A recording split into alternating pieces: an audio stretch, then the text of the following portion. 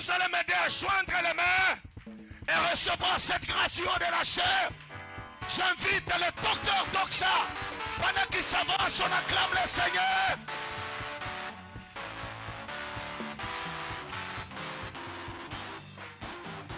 Est-ce qu'on peut acclamer le Seigneur? Est-ce qu'on peut acclamer le Seigneur?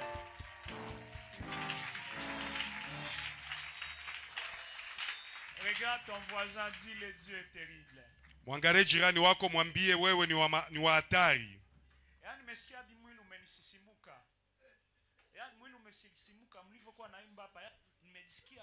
C'est-à-dire que mon cœur, j'ai eu la chair de poule. Yaani kuna vitu ambavyo nimevikumbuka. C'est-à-dire il y a des choses dont je me suis rappelé.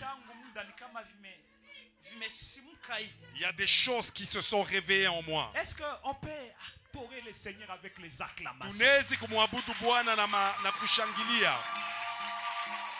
Fais un mouvement sans l'arrêter. Je vais te dire quand est-ce qu'il faut arrêter. Sitakwambia saa gani kuacha. Ces acclamations sont prophétiques. Ile kushangilia ni ya kinabii. De la même manière que tu acclames. Paka vile uko na shangilia. C'est comme ça que les gens vont t'acclamer. Jo vile batu batakushangilia. De la même manière que tu acclames. Vile unashangilia. C'est comme ça que la gloire de Dieu. Ni vile utukufu wa Mungu. Que tes ennemis. Utaanza kukuonesha mbele ya batu.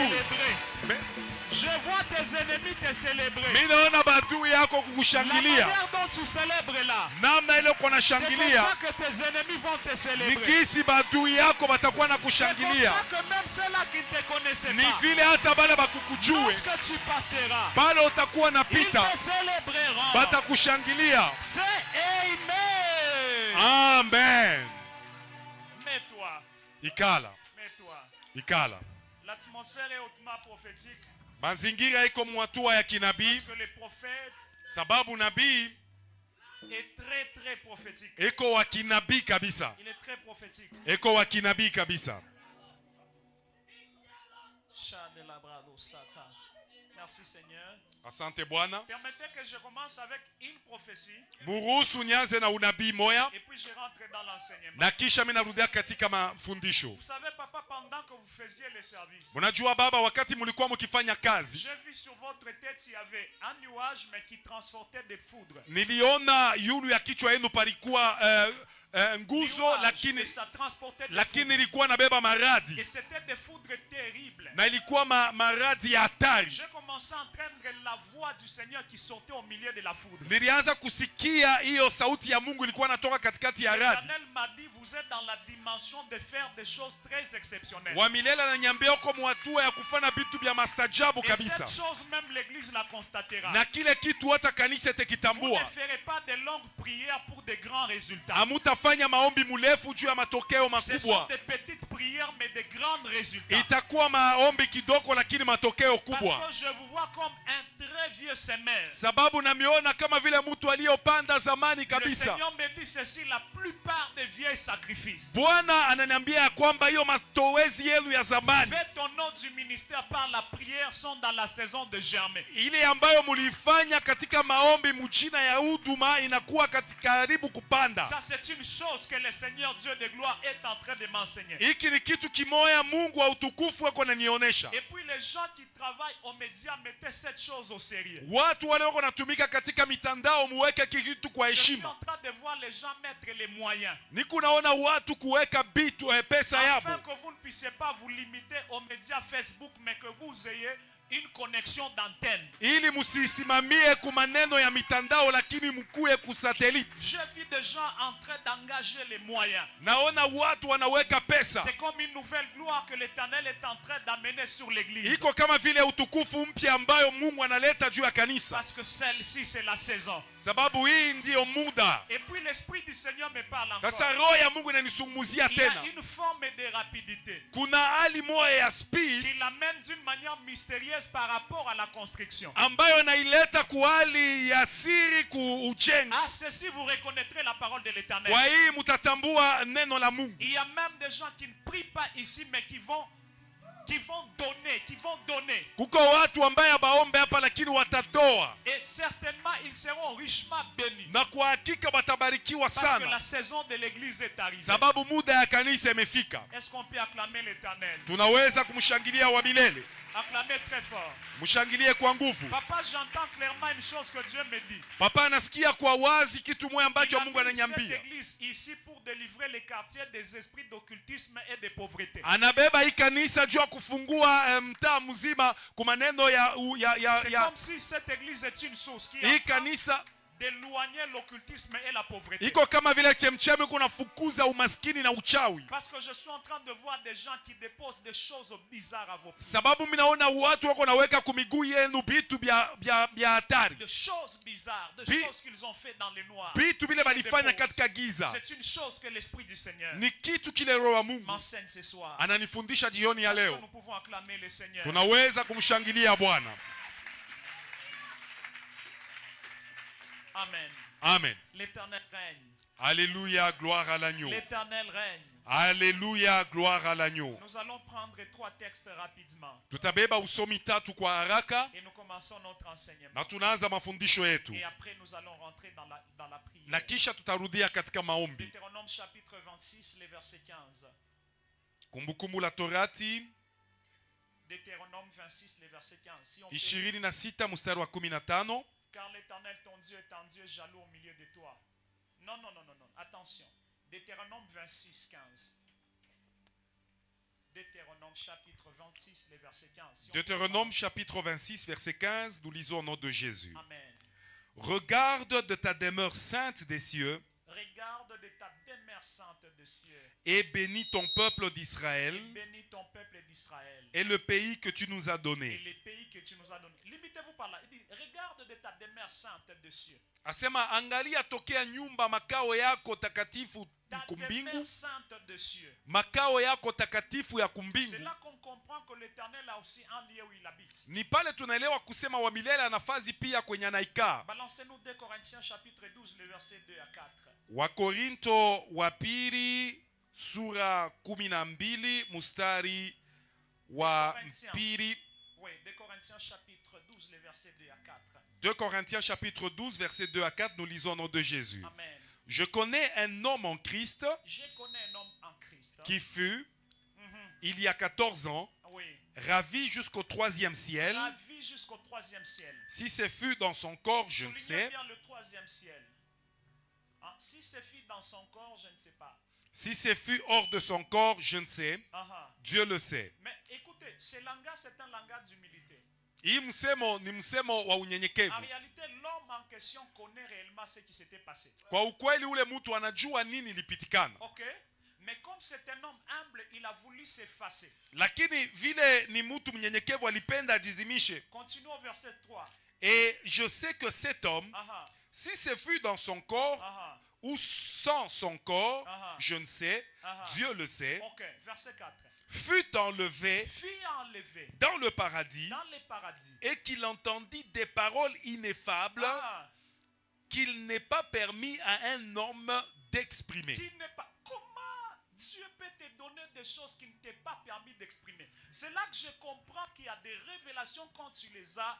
Il n'est pas nécessaire de les dire. Toutes les révélations ne sont pas disables. Je Mungu anaweza kukupatia vitu kisha sikuruhusu kubisema. Ni kusema kuna maufunuo ukiipate kuko ingine ibidi kuisema. Ce n'est pas parce que tu es prophète que tu es censé de tout dire. Haina juu uko nabii njo unapasha kusema yote. Le monde spirituel, c'est un monde qui éjecte facilement les gens qui ne savent pas garder silence. Ulimwengu ya kiroho ni ulimwengu moja inatupilia mbali bale batu abayujue kuchunga siri. Le monde spirituel, c'est un monde qui demande les gens qui ont la maîtrise. Ulimwengu ya kiroho ni ulimwengu moja inalomba batu banaweza kujishika. On a entendu des choses terribles, mais on l'a pas permis de les expliquer. Huyu mtu alisikia vitu vya mastajabu lakini abakumruhusu kubisema. Il y a des choses que tu feras avec Dieu, il ne t'ordonnera pas de les expliquer. Kuna vitu ambayo utabifanya na Mungu lakini asitaruhusu kubisema. Il y a des choses que tu verras avec Dieu, mais il te demandera de garder silence. Kuna vitu ambayo utabiona na Mungu lakini atakuomba ukae kimya. Parce que la force du monde spirituel réside aussi dans le calme. Sababu nguvu ya ulimwengu ya kiroho inakuwa pia katika kimya. L'Éternel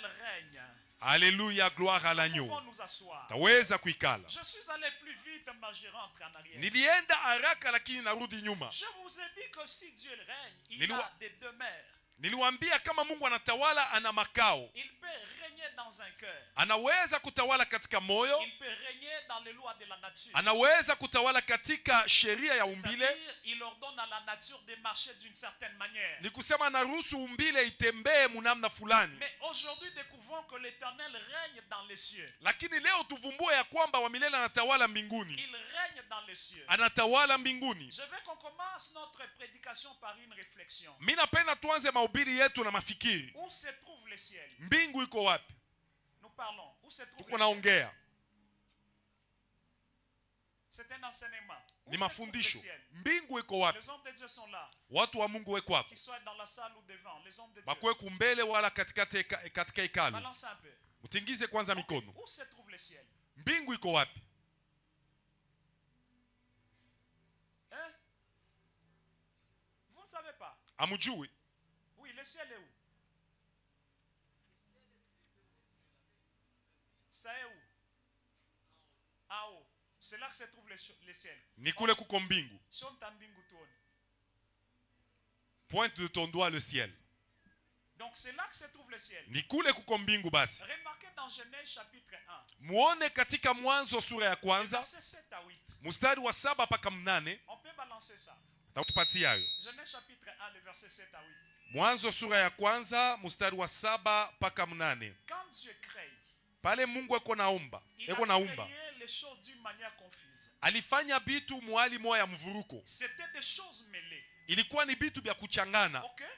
Et pour donner la beauté à la création, il devait commencer à coiffer la création. Na juu ya kuleta urembo kuumbaji ilibidi anze kupanga bitu. Et la coiffure de la création s'appelle la séparation. Na kupanga bitu kunaitwa kuachanisha. C'est là que la Bible déclare, il va prendre une partie des eaux qu'il va laisser sur la terre. Ni kule Biblia inasema anaacha sehemu moja ya maji Et anaacha pa une dunia autre partie des eaux qu'il va laisser en haut. na sehemu ingine ya maji anaiacha juu.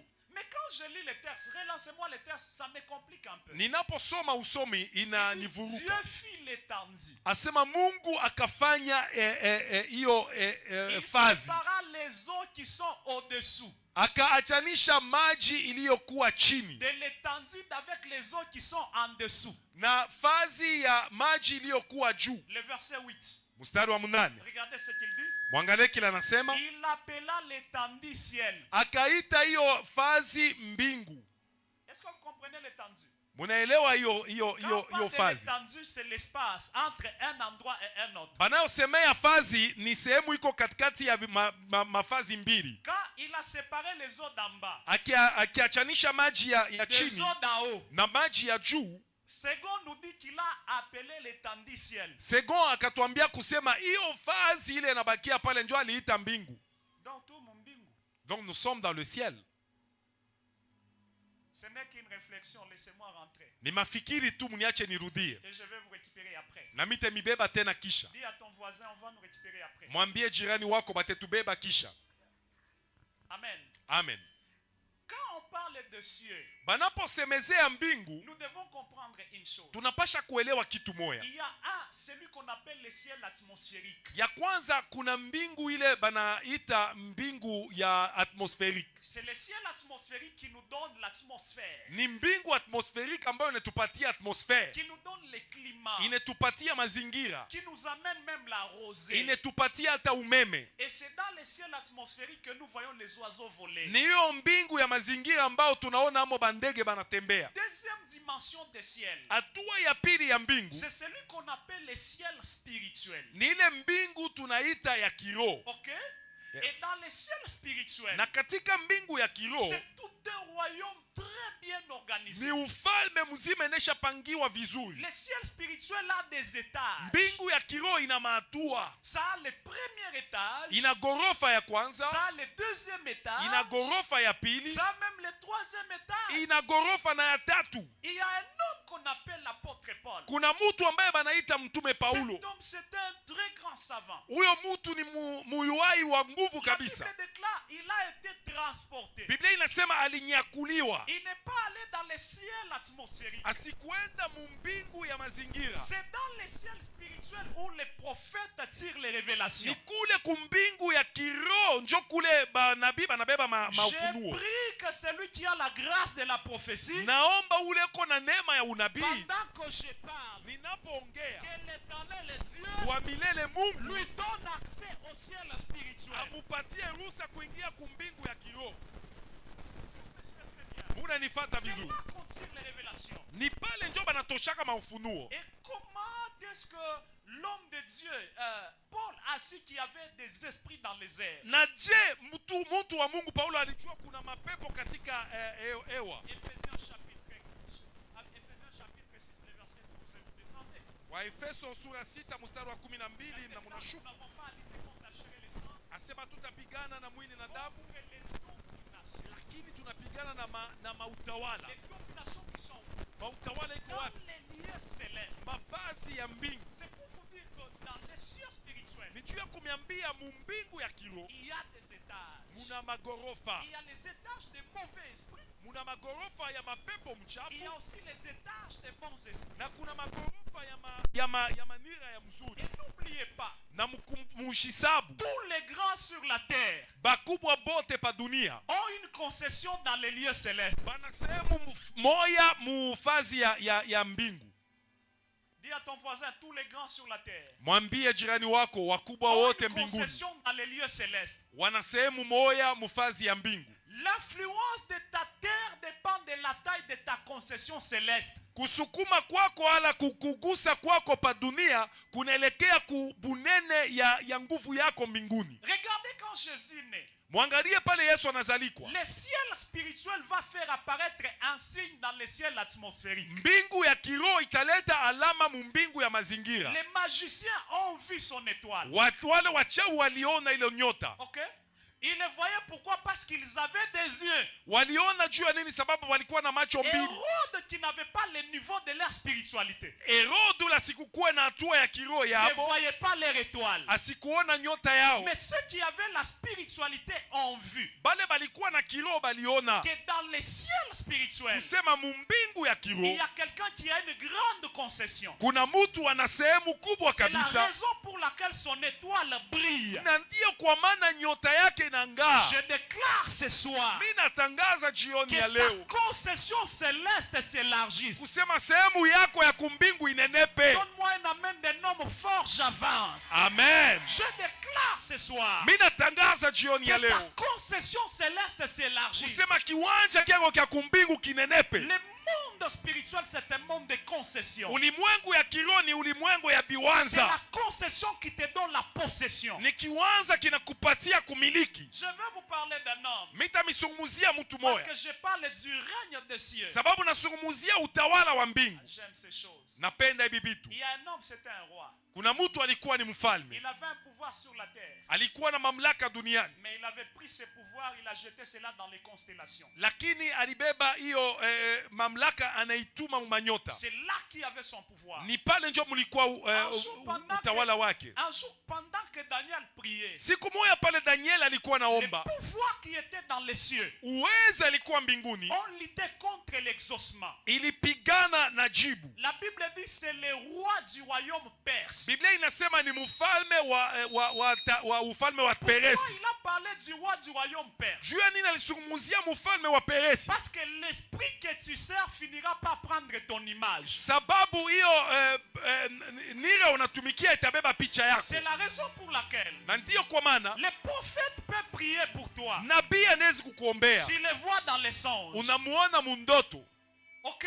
Yes. C'est l'esprit qu'il sert Ni roho ile qui anatumikia va prendre son image. itabeba picha yake. J'ai un de mes fils qui est mon interprète. Nina mmoja wa watoto wangu ni mtafsiri Ils wangu, connaissent l'histoire. wao wanajua Il est dans la historia. salle d'op. Eko muchumba ya Il kupasuliwa, entend ma voix. Tous les médecins ont entendu ma voix. anasikia sauti yangu na baganga badaktari bote L'un banasikia des sauti médecins yangu. qui est mon fils de l'église, il dit, papa est à l'extérieur. Mmoja wa badaktari ni mtoto yangu, anasema baba eko nje, Et il dit, permettez que j'aille prendre papa qu'il entre. na anasema muniruhusu nikabebe baba nje Dis aingie. à ton voisin, le monde spirituel est terrible. Ulimwengu ya kiroho ni hatari. Et quand il sort, na on anapotoka a dit non, tu ne les prends pas, voyez, c'est la salle d'op. Il dit non, non. Asema Les pasteurs ont ushimubebe. accès partout. asema wachungaji wanaruhusa kuingia Il fasi yote. arrive à l'extérieur, il ne voit personne. Anafika nje asioni mtu, Il va même à la réception. anaenda na Il dit, kureception, est-ce que mon pasteur est passé ici? Il dit non, asema non, mchungaji personne. wangu alipita hapa. Qu'est-ce Asema qui se hapana, passe? nini napita? L'esprit qui t'utilise Roho ile va nakutumikiaka utiliser toutes tes facultés. inezi kutumikisha Fais nguvu attention yako quand yote. tes rêves va mal. Basopo kama banakulota mububaya, C'est-à-dire dans ton âme, il y a le noir. ni kusema munafsi yako muko giza. Est-ce que vous me suivez très bien? Yes. Gabriel a dit, les rois du royaume perse. Gabriel alisema ufalme wa Peresi, C'est-à-dire les esprits dans les lieux célestes. ni kusema mapepo muhali ya mbingu Connaissez que c'est le roi qui les a projetés. balijua kusema ni mufalme alibatuma. Et ainsi spirituellement, Na mukiro même quand ils devaient se présenter chez l'ange, hata kama balipasha kujionesha kwa mfalme, ils avaient l'image du roi. balikuwa na picha ya mfalme. Je pense que la matière passe très bien. Et les Nawaza somo iko napita vizuri. balance un peu. Tinkiza kwanza mkono.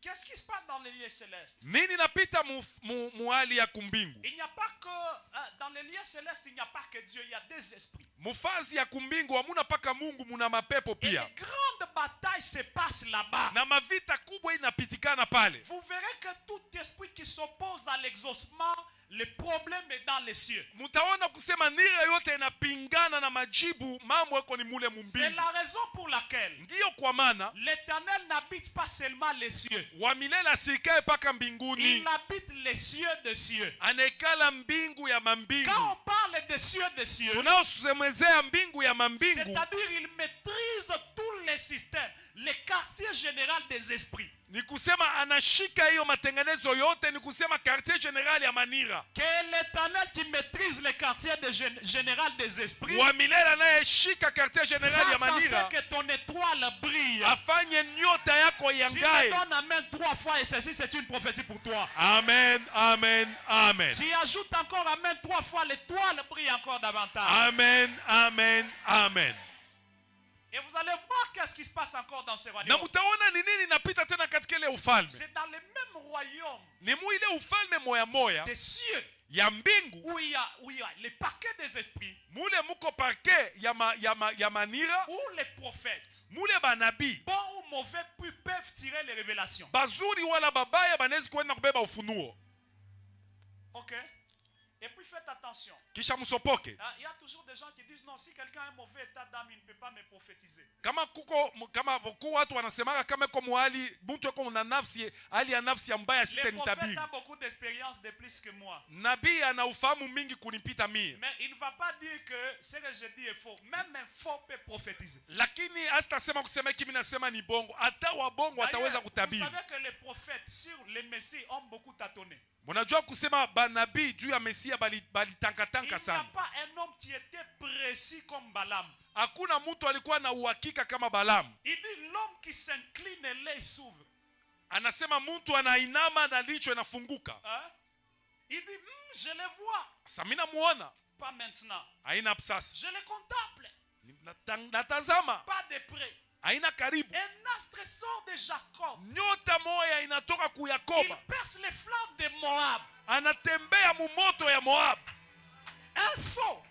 Wabongo. Mais très précis. Lakini na uhakika wote. Mais celui qu'on appelle les prophètes messianiques. Ule banaita nabii wa kimesia. Le prophète Esaïe. Nabii Regardez Isaya. comment il prophétise. Angalia vile kwa Qui natabiri. a cru à ce qui nous était annoncé? Nani aliamini bila Qui a bilitutangaziwa? reconnu les bras de l'Éternel? Nani alitambua mkono ya wa Il s'est milele? levé devant lui comme une faible plante. Alisimama mbele yake kama Comme mti les jetons qui mzaifu. sont d'une terre desséchée. Kama kitupio natokea Il kumuchi ya n'avait ni kukauka. beauté ni éclat. Asikukuwa na buzuri wala Pour attirer nos kwanga. regards. Juu ya kukokota kuangalia Homme de kwetu. douleur habitué à la Mtu wa souffrance. maumivu anazobea mateso. Semblable à celui dont on détourne le visage. Anafanana na ule Je peux bamwangali yake. continuer? Taweza kuendelea? Je veux tirer attention sur quelque chose. Mimi napenda kukokota angalisho pa kitu moja. Un faux prophète est un vrai. Nabii wa bongo na wa kweli. Mais regardez les temps de la prophétie. Lakini angalia muda wa unabii. Celui-ci parle du futur. Huyo ko nasema mambo ya Et kumbele. les vrais prophètes parlent du passé. Nabii wa byakweli ko nasema mambo yalipita. Quand on dit qui a cru Nani aliamini à ce qui nous a été annoncé, kukile kilitutangaziwa? il parlait du alikuwa anasemezea Mesia yako nakuja, lakini akisemea maneno iko imeshapita. Unaelewa bibi?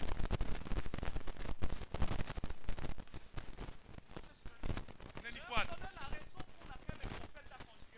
Mita miletea sababu ile nabii alisema maneno ilishapita. Sababu maisha yetu ya kumbele ni vile vinaishapita.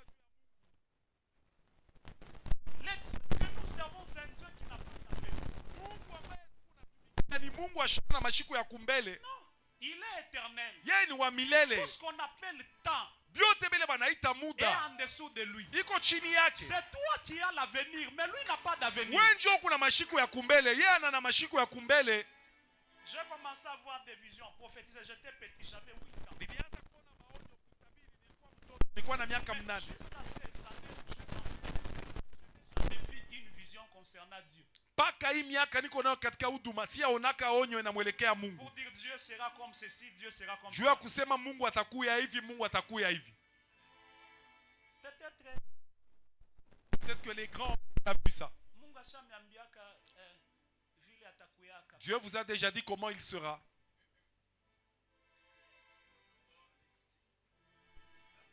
Dis à ton voisin, Dieu n'a pas de futur. Mwambie jirani wako Mungu ashida na mashiku ya kumbele. Dis à quelqu'un, mon futur là c'est le passé de Dieu.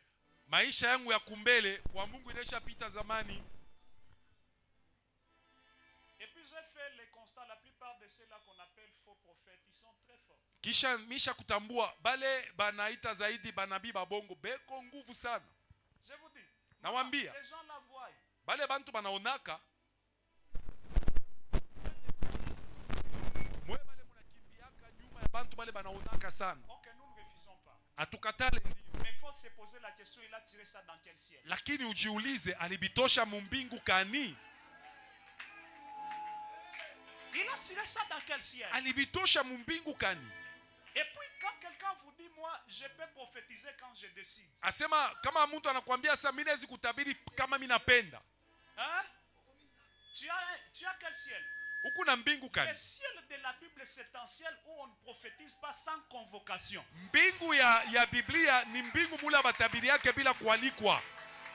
C'est la raison pour laquelle ndio kwa maana un homme comme Jean, mtu kama Yohane, Jean qui a marché avec Jésus, Yohane aliyetembea na Yesu, la Bible déclare, Biblia inasema il entendit une parole qui lui dit monte.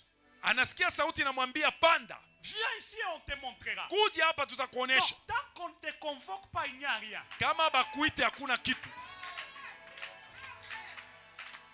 Et je vais parler aux prophètes. Na mimi tasungumzia wanabii. Un véritable prophète, quand il n'y a pas la convocation, il sait comment la provoquer. Sasa nabii wa bya kweli kama bamwalike anajua namna gani kuichokoza. C'est pourquoi vous sentez que le prophète a fait les chants ici. On l'a convoqué, il est entré. Ndio kwa maana mlisikia nabii anatuma mimbo hapa banamuita na anaingia. Ce soir, jioni ya leo, nous allons provoquer la convocation. Tutachokoza mwaliko. On entendra ce que les anges écoutent. Tutasikia kile bamalaika banashikiaka. Tu vas aussi entendre ce que les anges écoutent. Na wao unapasha kusikia kile bamalaika banasikia.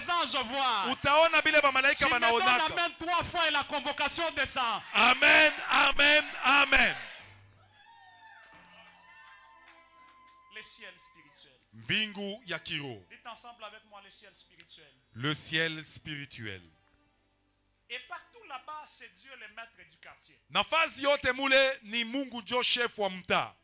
J'allais toucher à quelque chose, mais j'y reviendrai après. Nilitaka kugusa kitu moja lakini nitarudilia tena. Je vais revenir sur ça. Tarudilia hapo. Ce que Dieu fait avec Aaron dans les domaines célestes. Kile Mungu anafanya na muhali ya kiroho. Et parce que Dieu règne dans les cieux. Sababu Mungu anatawala mbinguni. 1 Roi chapitre 22 le verset 19. Wafalme wa kwanza sura 22 mstari wa 19. 1 Roi 22 19. Wafalme wa kwanza sura 22 mstari wa 19.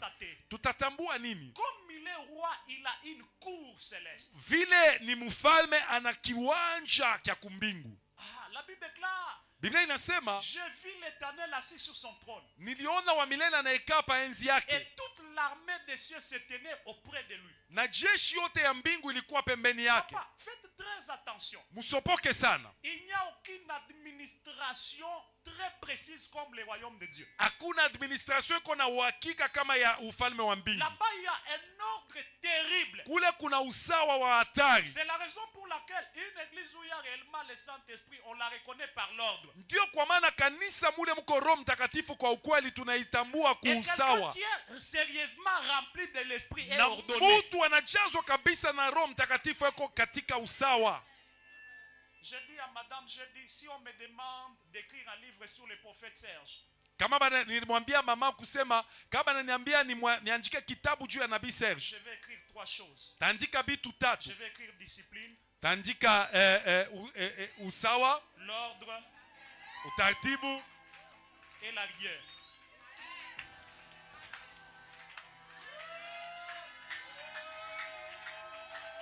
Ouais. Et là, c'est lui. na ndiye ni yeye ule. Discipline, ordre, rigueur. Heshima, usawa na msimamizi. Je suis à côté. Niko pembeni. Est-ce que vous me suivez? Parce que de l'autre côté, l'ordre vient d'où? Ça vient de là.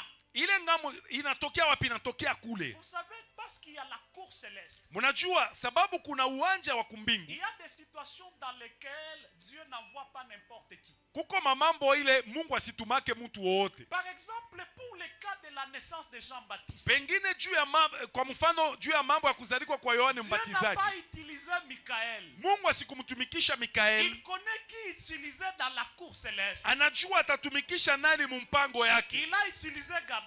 Anatumikisha Gabriel. Ok, ça c'est le royaume sur lequel Dieu règne. Ile ni ufalme ambao Mungu anatawala. Pourquoi il utilise Gabriel? Jua nini anatumikisha Gabriel? Tous les messages à tournant international dans la Bible, Dieu utilisait Gabriel. Mijumbe yote ile inaangalia mataifa, Mungu alikuwa anatumikisha Et Gabriel. puis Gabriel était fort dans la puissance. Kisha Gabriel alikuwa nguvu katika uweza. Dieu savait que cet homme de Zacharie, Mungu alijua kusema huyu mtu wa c'est Zakaria un homme qui va douter de ce que je l'ai dit. ni mtu atashakia bila mimi namwambia. Mais comme Gabriel habite dans la cour céleste, Vile Gabriel anekalaka mumpango ya kumbingu, il sait quoi faire pour défendre mon intégrité. anajua ni nini ya kufanya juu ya kukombania ukamilifu wangu. C'est la raison pour laquelle lorsque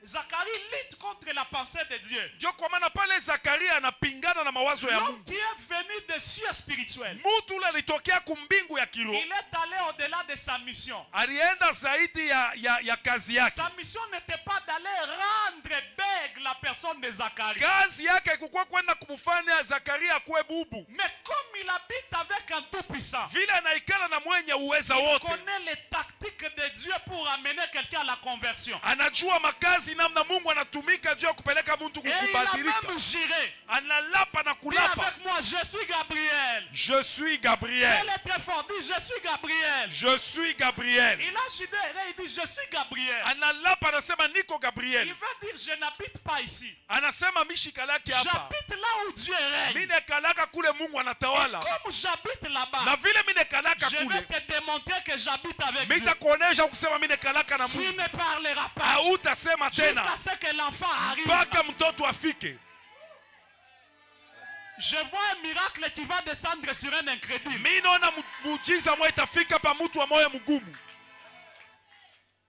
Et ce jour-là, les prêtres Na ile siku wapadiri qui étaient entrés avec les facultés normales et sortis en train de bégayer. ule alingiaka mwenye kueneana anatoka eko na kinkunkumina. Est-ce que vous savez qu'il existe aussi des miracles et de la colère de Dieu? Munajua kunekalaka miujiza ya kasirani ya Mungu. C'est comme la manne, c'est le miracle de la colère de Dieu. Iko kama mana ni muujiza ya kasirani wa Mungu.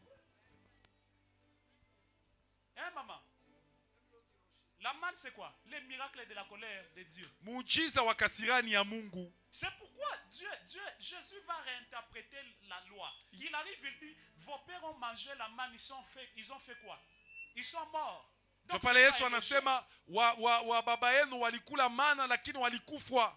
j'ai pris, toi tu n'auras pas les miracles de la colère. Amen. Je vois les miracles de la grâce de Dieu. Amen. Commencez à toucher à ton foyer. Amen. Commencez à toucher à ton ministère. Amen. Et faites attention avec les gens qui collaborent avec le gouvernement d'en haut. Na mufanye musopoke na batu banatumika na hiyo serikali ya kumbingu. Faites très attention. Musopoke sana nabo.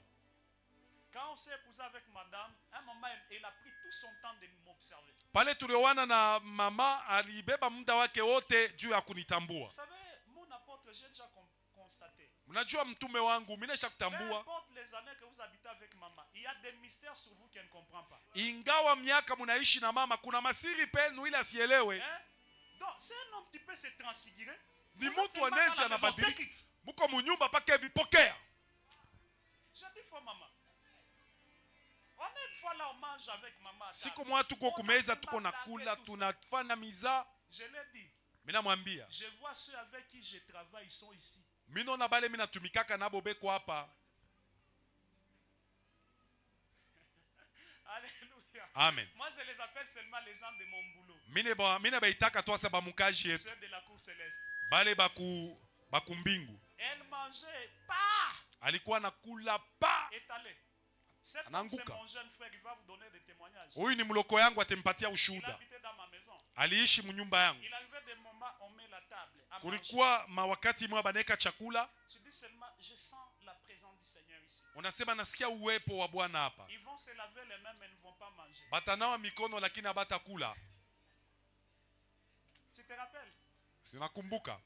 Est-ce qu'on peut acclamer le Seigneur? Namshangilia Bwana. Parce que cette cour-là est terrible. Sababu ile ufalme kwa nguvu. On ne peut pas tirer la puissance dans l'enfer. Hatuwezi kubeba ile uwezo katika La puissance des noms Gena. de Dieu. Uwezo wa mtu wa D'un Mungu. enfant de Dieu est Ya- caché dans les lieux célestes. Ya mtoto wa Mungu inafichwa mu mafazi ya juu. Et regardez encore ce qui se passe. Mwangalie tena ile inapita. Si Dieu domine dans les cieux, Kama Mungu anatawala mbinguni et si les cieux a une cour, na kama mbingu iko na uwanja, il y a des choses qui ne se passeront jamais sans que ton dossier ne se discute dans la cour céleste. na hakutakuwaka mambo itapitikanaka bila isemewe katika uwanja ya kumbingu. Les personnes extraordinaires ne naissent pas d'une manière ordinaire. Bantu ba mastajabu abazali kwake kwa kawaida. Les personnes extraordinaires naissent après la discussion de la cour céleste. Bantu ba mastajabu banazali kwaka kisha kubabishano kule kuenzi ya kumbingu. Après que la cour décide, ils envoient des humains. Kisha hiyo serikali ya kumbingu iongee, ndio banatuma batu C'est là sasa. que je vois quelqu'un dans cette salle Ni pale mimi naona mtu moya muiye qui kama est le fruit d'une discussion céleste. anakuwa matunda ya mabishano ya kumbingu. Il y a la différence entre les enfants ici de la sexualité Kuko batoto kuko achanisho ya batoto aba bakupatana mwili et la différence entre les enfants ici du trône. na achanisho na batoto banatokea kuenzi. En anglais, il y a ceux-là qu'on appelle des evil child. Mukiingereza banasema kuko bale banaita batoto bakumbingu. Ah, evil child. Batoto babaya, badémon. Okay, batoto babaya, ma demo. Ah, ce sont des enfants qui sont seulement ici parce qu'il y a un accident. Ni batoto tu banatokelea juu kuko msiba. Mais il y a des enfants qui viennent parce que la cour céleste a décidé. Lakini kuna batoto banakuya sababu mbingu ilibeba mpango. Pourquoi tous les avortements ne tuent pas? Juu ya nini maavortement yote Il haiuaki? y a des avortements qui tuent. Kuko maavortement iko Parce na que uwa. derrière la naissance de cet enfant, il y avait un gouvernement. Sababu nyuma ya kuzalikwa kwa ule mtoto kulikuwa gouvernement. Pourquoi il y a des maladies qui ne t'ont pas tué jusque-là? Juu ya nini kuna magonjwa ikukuua Tu paka as hapa? bu du poison, mais tu es en vie. Unakunwa sumu lakini uko On te mzima. regardait par les cœurs, mais tu vis. Balikuwa na kuangalia parole Parce lakini que ce unaishi. n'est pas toi-même qui es venu. Sababu haina wewe mwenyewe La ulikuya. cour céleste avait décidé Hiyo mbingu ilibeba que toi, mpango tu naîtras. kusema Et wewe parce que le utazalikwa, ciel avait déjà décidé, na juu mbingu ilibeba mpango. personne ne te vaincra sur cette Hakuna terre. atakuwina pa hii Tu me dunia. donnes un amen fort et je déclare encore. Amen. Il n'y a personne qui te vaincra sur la terre. Hakuna atakaye Parce kuwina que pa la dunia. cour céleste Sababu mbingu avait déjà décidé sur toi. ilikuwa inashabeba mipango juu yako. Et c'est dans cette cour-là que Michel avait l'habitude de marcher. Na ni muile mpango jo mule Michel alikuwa na zoe ya kutembea. Vous savez, un prophète, Unajua nabii tel que vous voyez le prophète Serge, kama vile mnamuona nabii Serge, même au milieu de ses collègues prophètes, hata katikati ya rafiki yake banabii, même les prophètes entre eux ne se comprennent pas. hata banabii katikati yao wabajele wake. Vous savez pourquoi? Mnajua juu ya nini? Un prophète est entre le ciel et la terre. Nabii yako katikati ya mbingu na dunia. Et chaque fois qu'il est dans les services, na kila mara akiwa katika kazi, ses pieds ne marchent pas là où nous marchons. mikulu yake haitembeake pale tunatembeaka. Ok? Ses pieds sont en train de marcher dans la cour céleste. Mikulu yake kunatembea muwanja ya kumbingu. Là où on appelait Michel. Mule walikuwa namuita Michel. Pour lui montrer les décisions qui se prennent pour les hommes. Juu ya kumuonesha mipango ile kuna bebewa juu ya batu. J'ai pris ce soir. Naomba jioni ya que leo. le ciel décide de choses très merveilleuses pour toi. Bingu ibebe mipango ya mzuri kabisa juu yako. Naomba jioni ya leo. Que ceux qui décident sur les imams. Bale beko na beba mipango juu ya batu. Décide des choses merveilleuses. Babebe mipango ya bizuri juu yako. Alléluia. Amen. Alléluia. Amen. Et moi, je peux même penser que le ciel a même ses députés. Na mimi naweza kuwaza mbingu iko watana wabunge wake. Et ces députés, ce sont des sages. Na wale wabunge ni wenye hekima. C'est là que quand l'onction tombe sur quelqu'un, ni pale kama upako inaanguka juu ya mtu. Une onction véritable amène l'homme à la sagesse. Upako ya bya kweli inapelekaka mtu kuhekima. Moi, je ne crois pas à cette onction-là quand tu arrives dans une maison de gens. Tu enlèves les chaussures, tu mets les pieds sur la table et tu commences à jouer avec les télécommandes parce que Dieu t'a oint. Mishi amini ile upako ya unafika munyumba ya batu, unavula bilato, unaweka mikulu pa meza, unabeba na telecommande, unaanza kuvinya juu Mungu alikupaka mafuta. Parce que la cour céleste enseigne même le savoir-vivre. Sababu uwanja kumbingu inafundisha na namna ya kuishi. Regardez dans la cour céleste, on ne vous parle pas de 24 jeunes. Angalia mule muwanja kumbingu abamisungumuzie ba vijana 24. Abasungumuzie batoto 24. On vous parle de 24 vieillards. Banasungumuzia wazee 24. L'accès au trône est question de la sagesse. Ni kumiambia kufika kuenzi ni mambo ya hekima. Et quand vous regardez cette cour-là, na mkiangalia ile uwanja, tous ces vieillards jettent leur couronne. Bale bazee bote beko na tupa taji Ça yao. montre que l'accès au trône inaonesha kusema kufika kuenzi dépend de ton degré d'humilité. Inaelekea kuatua ya unyenyekevu wako. Kuna mtu ananifuata vizuri? Alléluia, gloire à l'agneau. Alléluia, gloire à l'agneau.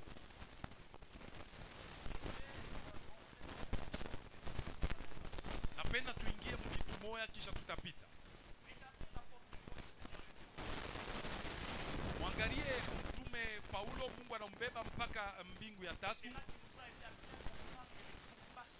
Ni pale alitusaidia kuelewa vizuri vita ya kiroho. Na anapoona vitu anasema aliona vitu bila viruhusiwe kufafanua. Ni pale nilielewa kusema vyote vile tunajua viko mubipande ine. Ya kwanza, uko ile tunajua ufahamu wa umbile. Ecclésiaste 3:11. Mhubiri sura 3 mstari wa 11. Il a mis dans leur cœur, Biblia inasema aliweka katika mioyo yao la conscience de l'éternité. Zamiri ya umilele. Donc tu as déjà une connaissance. Lakini unazalikwa na una ufahamu. Il y a des choses quand tu nais, on ne peut pas te l'apprendre. Kuna vitu ukizalikwa habata kufundisha. Je sais pas si bon oui, je crois ça. Maman, c'est combien d'enfants? 6. Est-ce que chaque enfant vous l'avez appris comment il faut pleurer? L'enfant arrive déjà, il sait déjà. Mtoto anafika anaanza kulia mara moja. Vous le mettez sur la poitrine, il ouvre la bouche. Unamweka pakilari anafungua kinywa.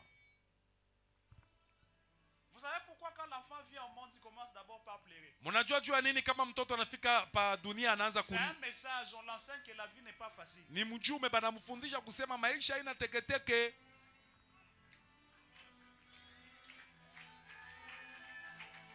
OK. Et le contraste de la vie, c'est quand nous naissons, nous plairons. Mais quand nous quittons le monde, on nous plaît. Mambo ya pa dunia ni kama tunazalikwa tunalia, kama tunatoka banatulia.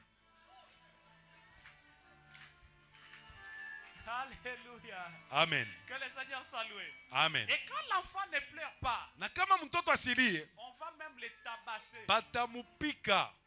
OK. Papa, écoute, peu importe ton onction, la vie va te tabasser un jour.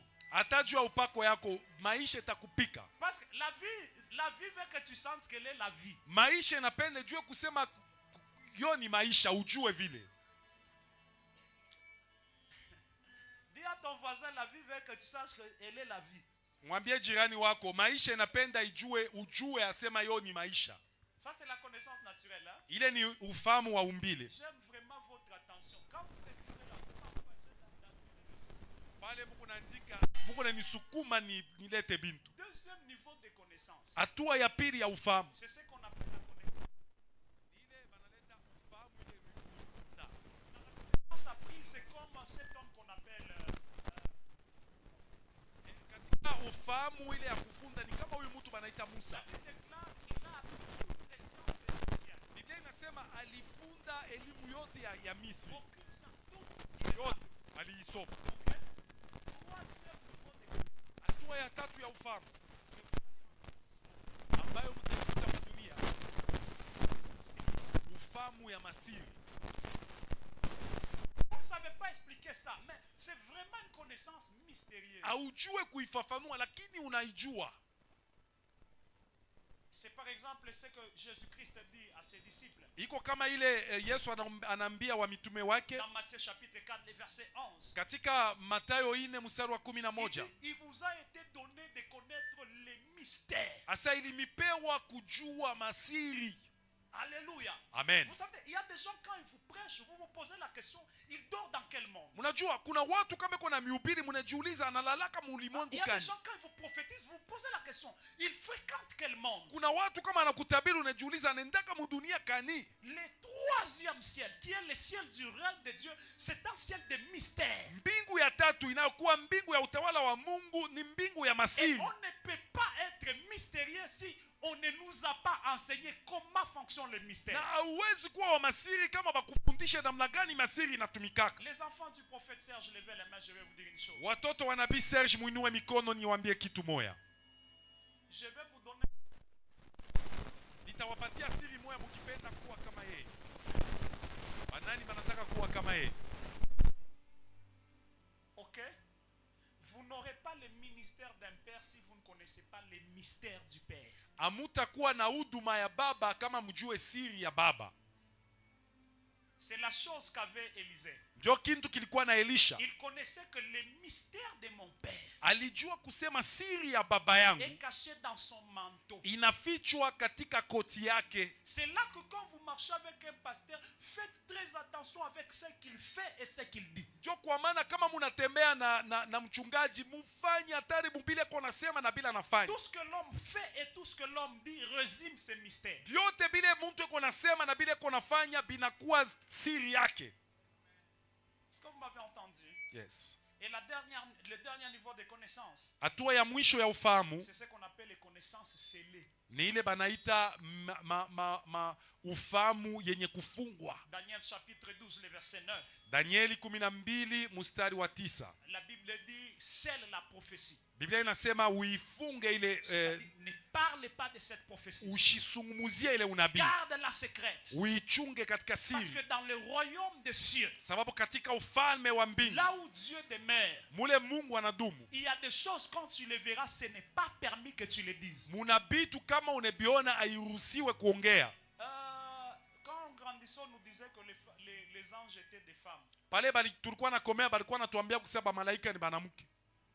Ouais, c'est comme ça qu'on nous disait non, les anges avaient la forme des femmes. Ndio ile balikuwa natuambia ba malaika beko saba banamuke. Je ne sais pas si dans votre génération ne vous disiez pas ça. Shijue kama mkizazi yenu bakuwa na miambia vile. Nous quand nous sommes venus, shi pale tulikuya, les anges là, balituambia ils sont féminins. Ba malaika beko saba banamuke. Mais quand j'étudiais, maintenant j'ai commencé à comprendre que non.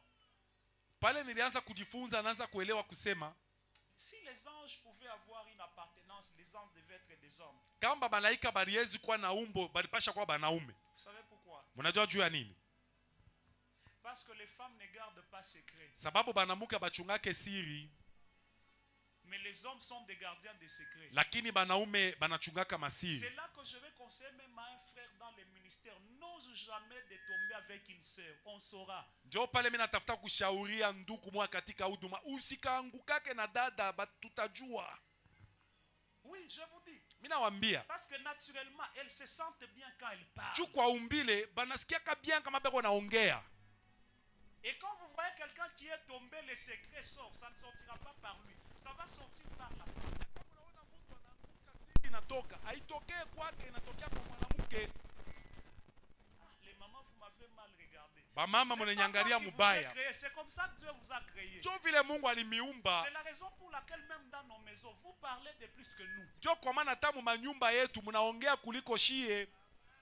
Quand il y a une discussion, la femme parle comme si elle a un flash. Kama muko mabishano, bibi anaongeaka seko na flash. Attention, et puis les paroles de la femme, quand la femme dit quelque chose, elle peut frapper juste na misemo mwanamke kama anasema kitu anawezi kusema tu paka anakupika na misemo.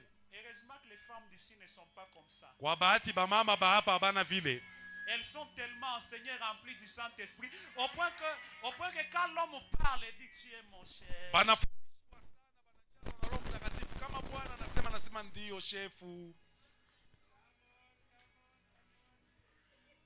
Et vous allez constater maintenant comme nous les papas nous ne parlons pas assez. Na mtaona vile shiba baba tusemake sana. L'homme ne parle pas mais l'homme réagit. Mwanaume ashisemake sana lakini anatendaka. C'est pourquoi il y a des femmes, elles ont tellement parlé devant un problème mais elles s'est réveillée à l'hôpital. Ndio kwa maana utaona mama moja anasema sana mbele ya mambo lakini anaenda ulamukia kwa hospitalo. Hata ni wakati gani alianguka. Sababu aliongea.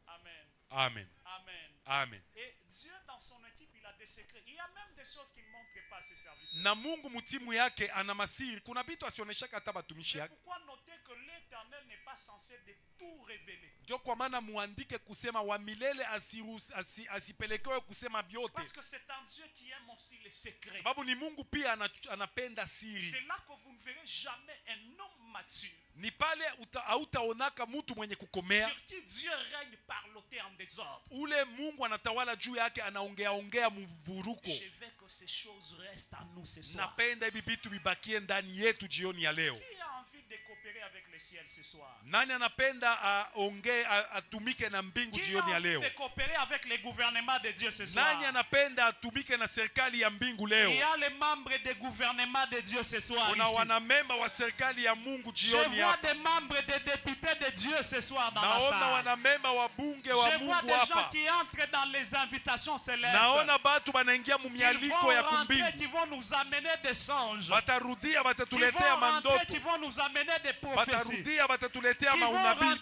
Qui vont nous amener la sagesse. Batarudia batatuletea hekima. Je prie que le gouvernement de Dieu soit ta part. Naomba serikali ya Mungu iwe sehemu yako. Entre toi et les anges qui ait une très bonne collaboration. Naomba katikati yako na malaika kukua uhusiano. Qui m'encourage de déclarer encore. Amen. Je prie entre toi et les anges. Naomba katikati ya wewe na malaika. Très bonne collaboration. Kukuwe uhusiano mzuri. Et je prie que le ciel qui était fermé pour toi. Na mimi naomba mbingu ilifungwa juu yako. Ciel ouvert au nom de Jésus. Kuwe mbingu wazi juu yako. Quand tu appelleras l'Éternel. Utakapoita wa milele. Dieu des cieux il sortira et te répondra. Kutoka kumbingu atatoka na atakujibu. Et laissez-moi vous dire, je suis à la fin de ma prédication, nous voulons prier. Na mwache niambie niko kumwisho wa mahubiri tunataka tuombe. Tout voyage demande des moyens de transport. Safari yote inaomba namna ya kusafiri. Dis à ton voisin, tout voyage demande des moyens de transport. Tout voyage demande des moyens de transport.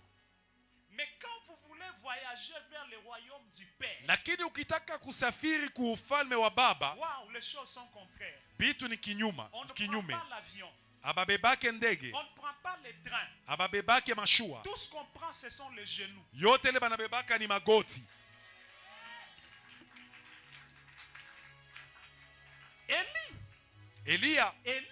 Elia a voyagé en passant par les genoux. Alisafiri kupitia magoti. C'est pourquoi l'homme qui avait la vitesse ndio kwa maana mtu ule alikuwa na speed n'est pas arrivé avant lui. Asikufike mbele yake. C'est lui qui est à genoux. Ule ko ku magoti. Peut arriver avant ceux qui sont partis. Anaweza kufika mbele ya bale balitangulia. Hey, quelqu'un n'a pas compris ça. Kuna mtu asikuelewe. La femme qui est à genoux. Mwanamke ule anatwanga magoti. Elle peut arriver avant ceux qui sont partis. Anaweza kufika mbele ya bale banesha kutangulia. Akaba alienda. Mais Élie était à genoux. Lakini Elia alikuwa ku magoti. Par les genoux il a été transporté. Kupitia magoti. Mbingu iko wazi. Juste les genoux et la bouche. Magoti tu na kinwa. Nous nous connectons au royaume. Tunajiunga ku ufalme. C'est pourquoi notre royaume. Ndio kwa maana ufalme yetu. Il n'est pas loin de nous. haina mbali yetu, Même s'il habite aux cieux. hata kama iko Il mbinguni. dit quiconque invoquera le nom de Anasema l'Éternel. yeyote ataita jina ya wa milele. Wow, ce soir, Jioni ya nous leo allons invoquer le nom de l'Éternel. tutaita jina ya wa milele À travers de nos genoux, kupitia magoti yetu, nous allons parler. tutasema Et le ciel va s'ouvrir. na mbingu itafunguka. Je vais finir par un exemple. Nitamaliza na mfano. Qui a déjà vu la pluie ici? Nani shakonaka mvula hapa? Qui a déjà vu la pluie? Lève la main. Nani shakonaka mvula hapa? Vous savez comment la pluie se forme? Mnajua vile mvua La inajitengenezaka. pluie ne vient pas du ciel. Mvua haitokeake kumbingu. La pluie vient de la terre. Mvua inatokeaka pa dunia. Amen. Amen. Comment est-ce que la pluie vient de la terre? Asa mvua inatokeaka pa dunia je? Si la terre n'envoie pas la chaleur, Kama dunia haitume kivukutu par ce qu'on appelle l'évaporation, kupitia ile banaita evaporation, la pluie ne peut pas descendre. mvula haiwezi kuanguka. Comprenez une chose. Muelewe kitu moja. La bouche de chaque humain a une vapeur. Kinwa kya kila mutu mwanadamu kikuna na kivukutu. C'est la vapeur de ta bouche Ni vapeur ya kinwa qui yako détermine la quantité de la pluie que tu auras. jo itaonesha bwingi bwa mvula utapata.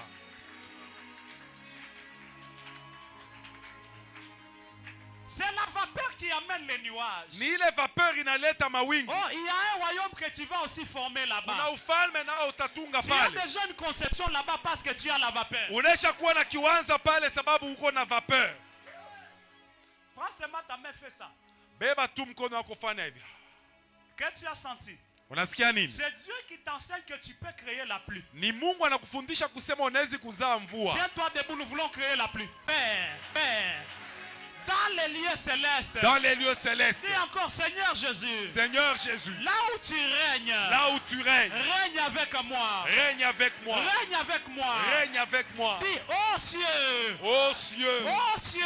Ô cieux. Ouvre-toi. Ouvre-toi. Ouvre-toi. Ouvre. Et l'accès facile au trône. Tuanze kuingia kwa wepesi kuenzi. Est-ce que tu peux lever ta voix? Unaweza kuinua sauti yako. Lève ta voix dans la prière. Inua sauti yako katika maombi.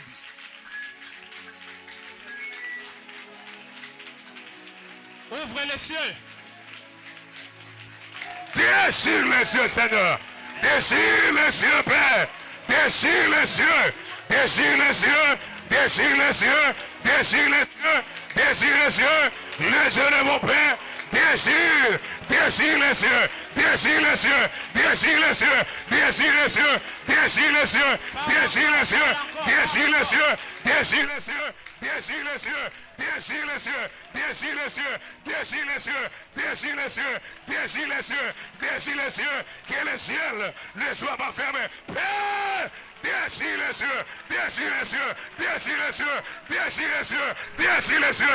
Déchire les cieux. Déchire les cieux. Déchire les cieux. Déchire les cieux. Ce soir, déchire les cieux. Ce soir, déchire les cieux. Ce soir, déchire les cieux. Ce soir, déchire les cieux. Ce soir, déchire les cieux. Ce soir, déchire les cieux. Ce soir, déchire les cieux. Déchire les cieux. Déchire les cieux. Déchire les cieux. Déchire les cieux. Déchire les cieux. Père, déchire les cieux. Déchire les cieux. Déchire les cieux. Déchire les cieux. Déchire les cieux. Déchire les cieux. Déchire les cieux. Déchire les cieux. Déchire les cieux. Déchire les cieux. Déchire les cieux. Déchire les cieux. Déchire les cieux. Déchire les cieux. Déchire les cieux. Déchire les cieux. Déchire les cieux. Père éternel. Déchire les cieux. Déchire les cieux. Père éternel. Déchire les cieux. Déchire les cieux. Ce soir, déchire les cieux. Déchire les cieux. Déchire les cieux. Déchire les cieux. Déchire les cieux. Déchire les cieux. Déchire les cieux. Déchire les cieux. Déchire les cieux. Déchire les cieux. Déchire les cieux. Dieu de mon Père. Déchire les cieux. Déchire les cieux. Déchire les cieux. Déchire les cieux. Déchire les cieux. Déchire les cieux. Déchire les cieux. Déchire les cieux. Déchire les cieux. Déchire les cieux. Déchire les cieux. Déchire les cieux. Déchire les cieux. Déchire les cieux. Déchire les cieux. Père, déchire les cieux. Père, déchire les cieux. Déchire les cieux. Déchire les cieux. Ce soir, Yahweh. Déchire les cieux. Déchire les cieux. Déchire les cieux. Déchire les cieux. Déchire les cieux. Écoute-moi. Unisikie. Tu vas détruire les cieux diaboliques utavunja hiyo mbingu ya kishetani. qui est en train d'empêcher tes prières d'être exaucées. Ikunazuiza maombi yako kujibiwa. Tu pries mais tu sens que ça n'arrive pas. Unaomba unasikia haifike. Nous allons faire la prière comme Daniel. Tutafanya maombi kama Danieli. Amen. Amen. Amen. Amen. Ne regarde pas 2-3 requêtes qui sont déjà exaucées. Ne regarde pas 2 requêtes exaucées. Usiangalie mahitaji mbili inajibiwa. Regarde les requêtes qui ne sont pas exaucées. Angalia mahitaji ile yajibiwa. Donc dans les cieux c'est bloqué. Ni kusema mbingu mule inafungwa. Appelle l'Éternel, dit Seigneur, je précipite le feu du haut des cieux. Ita wa milele useme mimi natuma moto Claque tes mains kutoka en prière. kumbingu. Claque tes mains. Puissant Père, libère le feu. Puissant l'agneau de Dieu. Je détruis toute puissance qui bloque mes prières. Je les détruis, je les détruis, je les détruis, je les détruis, je les détruis, je les détruis, je détruis, Seigneur, toute puissance qui bloque mon ciel, qui bloque mon blissement, qui bloque mes prières. Ce soir, détruis, détruis, détruis, Seigneur, puissant l'agneau de Dieu. Il a détruit, il a détruit, puissance yote, il y a ténèbres, puissance yote, il y a bouloshi, il y a una funga, mbingu, mina détruit, mina détruit, ma pouvoir, ma autorité, ma domination. Père, détruis, détruis, détruis, détruis, détruis. Je précipite le feu dans les cieux, le feu dans les cieux, afin de consumer tout ce qui n'est pas des cieux. Consume-le et le feu, le feu, le feu, le feu, le feu, le feu, le feu, le feu. Je précipite le feu dans les cieux, afin que ma réponse soit libérée. Libérez mes prières, libérez toute puissance sorcellerie, toute domination. Père, dans les cieux, je détruis, je détruis, je détruis, je détruis, je détruis, je détruis, je détruis, je détruis, je détruis, je détruis, je détruis, je détruis, je détruis, je détruis. Puissant l'agneau de Dieu, Père.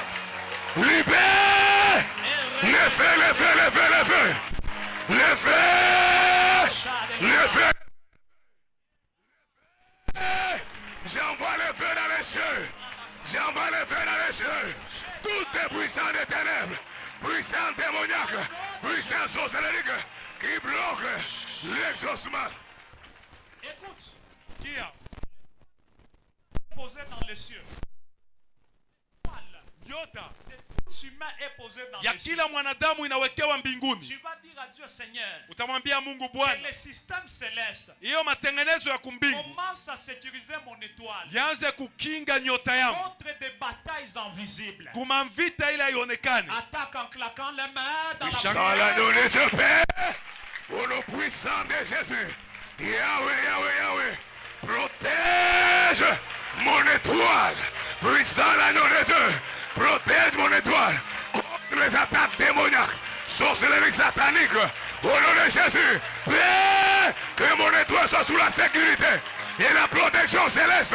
Au nom de Jésus, puissant l'agneau de Dieu, protège, protège, protège mon étoile, que mon étoile soit sécurisée, soit protégée. Ce soir, au nom de Jésus, puissant l'agneau de Dieu, mon étoile protégée, mon étoile sécurisée. Au nom de Jésus, Yahweh, Yahweh, puissant l'agneau de Dieu, Elohim Dieu, protège, protège, protège, protège, protège, protège, protège, protège. Mon étoile soit sous la sécurité, sous la protection divine, la sécurité divine. Au nom de Jésus, mon étoile soit sous la sécurité et la protection. Au nom de Jésus, puissant l'agneau de Dieu.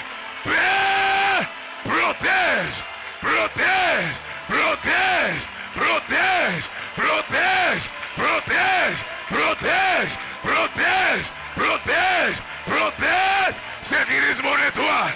Au nom de Jésus, puissant l'agneau. Au nom de Jésus. Dis encore, Bwana Yesu. Bwana Yesu, magharibi ya leo minapomona Tout esprit de contrôle tout esprit de contrôle posé dans les airs posé dans les airs contre ma vie, contre ma vie, contre mon ministère, contre mon ministère, contre ma santé, contre ma santé, tout esprit posé dans les tout airs, esprit posé dans les je airs, le détruis, je le détruis, je le détruis, je le détruis, je le détruis. je le détruis. Écoute-moi, c'est dans les airs Ni hewani où on pose les antennes, mule banawekaka maantene, où on pose les caméras. mule banawekaka makamera. Tu vas détruire les caméras de ténèbres. Utabomola makamera ya giza. Tu commences un fiançailles, ça se brise parce qu'il y a des gens qui te contrôlent. Unaanza uchumba inavunjika juu kuna batu banakuangalia. Business, tu commences, ça se détruit parce qu'il y a des gens qui te Uchumi contrôlent. unaanza inavunjika juu kuna batu banakuangalia. Je connais un pasteur. Najua mchungaji moya Il a voyagé sans dire à personne, il arrive à Nairobi. anasafiri bila kuambia mtu, anafika Nairobi. Au lendemain, quand il rentre du Congo, sa soeur qui habite à Kin l'appelle. Il dit, ah pasteur, tu étais à Nairobi, je t'avais vu. Kesho yake anarudia Kongo, dada yake Kinshasa anamuita, sio kwa Nairobi Dis à nilikuona. ton voisin, batapoteza réseau. Watapoteza réseau. Écoute, nous allons détruire leur réseau. Tutabomola mtandao wao. Envoyons des missiles, des flèches spirituelles dans les Tume lieux célestes. mishale ya kiroho mfazi ya hewa. Est-ce que tu peux prier? Fais. Yes. Père, libère le feu, le feu, le feu, le feu. Détruis, détruis, détruis, détruis, détruis. Détruis des caméras sorcelériques, des caméras sataniques qui contrôlent l'exaucement de mes prières. Feu, feu, feu, feu, feu, feu. Mantenne, iwake moto, leo moto, moto, moto. Bwana Yesu, washa moto, washa moto, washa moto, washa moto, washa moto. Mantenne yote ya ténèbres, leo iwake moto, leo iwake moto, leo iwake moto. Feu, fire, feu, libère le feu. Mantenne yote.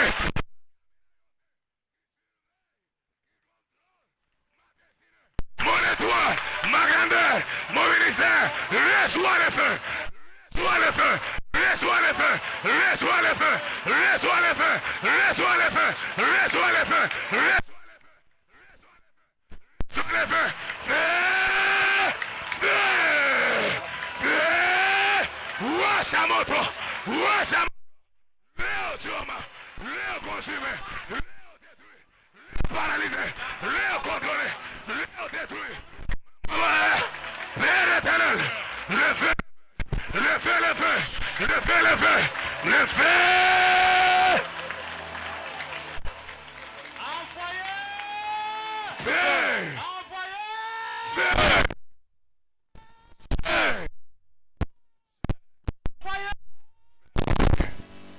Sois debout. Simama. On est dans la prière. Kwa maombi. Je vais donner 2 minutes, pas ceux qui ont des enveloppes hier. Je vais seulement les jeter. Nitaleta dakika 2 kubale balibeba mabahasha jana, mukwe muitupe hapo. Regardez à la montre. Dès qu'il est 2 minutes, on arrête. Mwangalie kusa ikene dakika 2 tunasimamiza. Si tu dépasses 2 minutes, c'est-à-dire que tu vas donner demain. Ukipitisha dakika 2 ni kusema utaleta kesho. Maman, j'étais seulement ici. Ne dépassez pas 2 minutes, c'est l'ordre prophétique. Mushipitisha dakika 2 ni Ça fait déjà 1 minute. pas encore.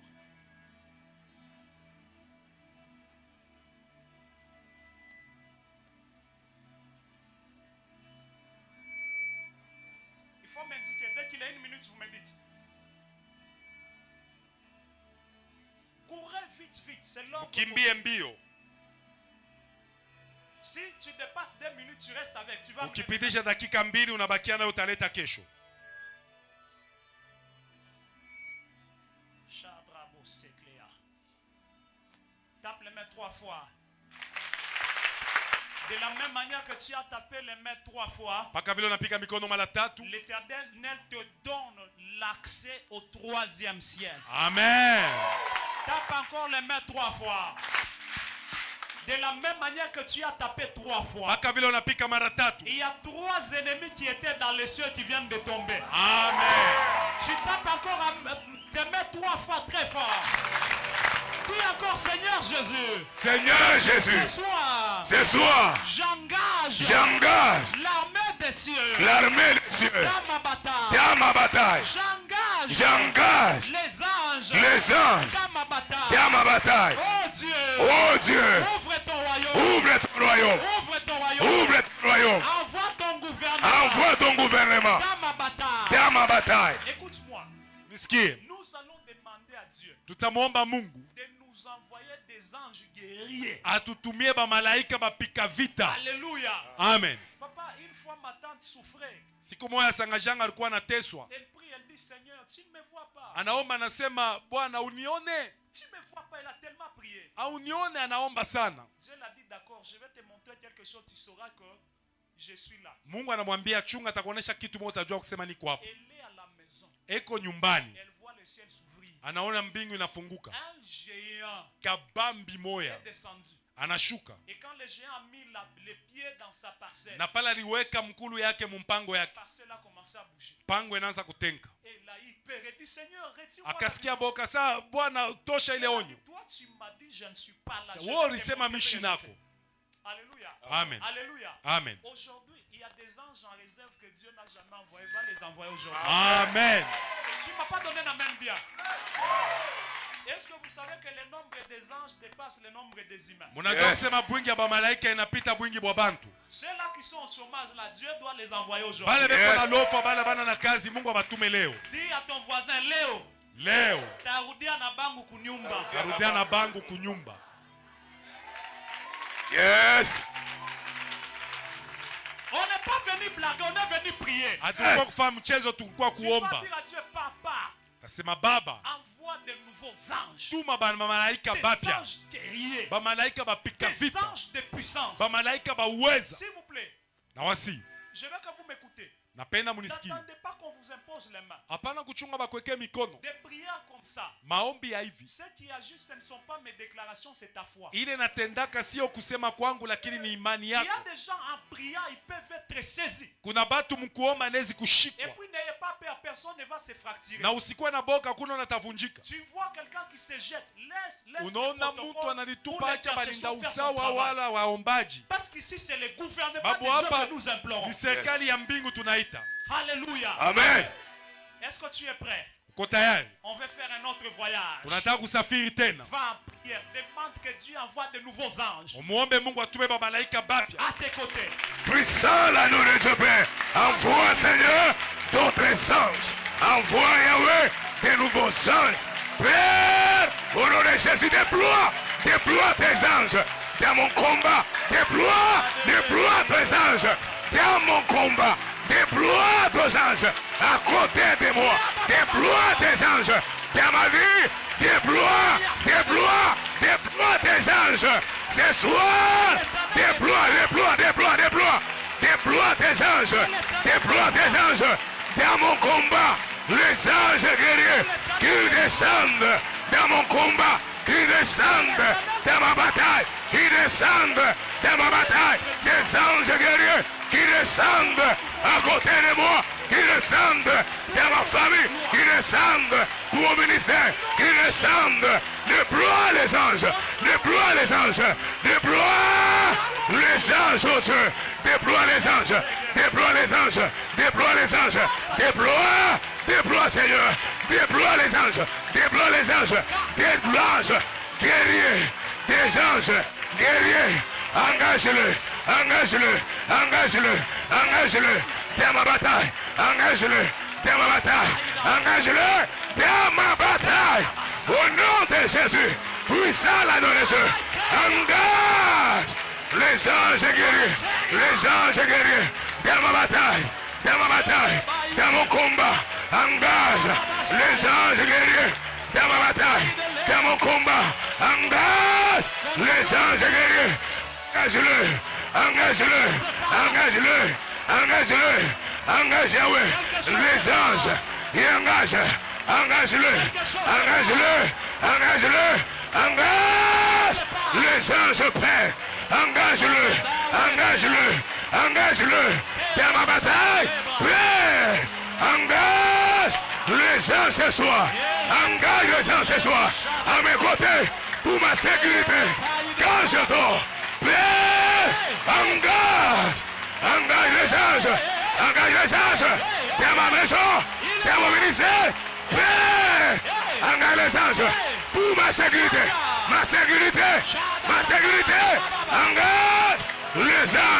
engage les anges, Les anges, engage-le, engage-le, engage-le. Quand je marche, je ne veux pas marcher seul. Que les anges marchent avec moi, marchent avec moi, marchent avec moi. Que les anges marchent avec moi.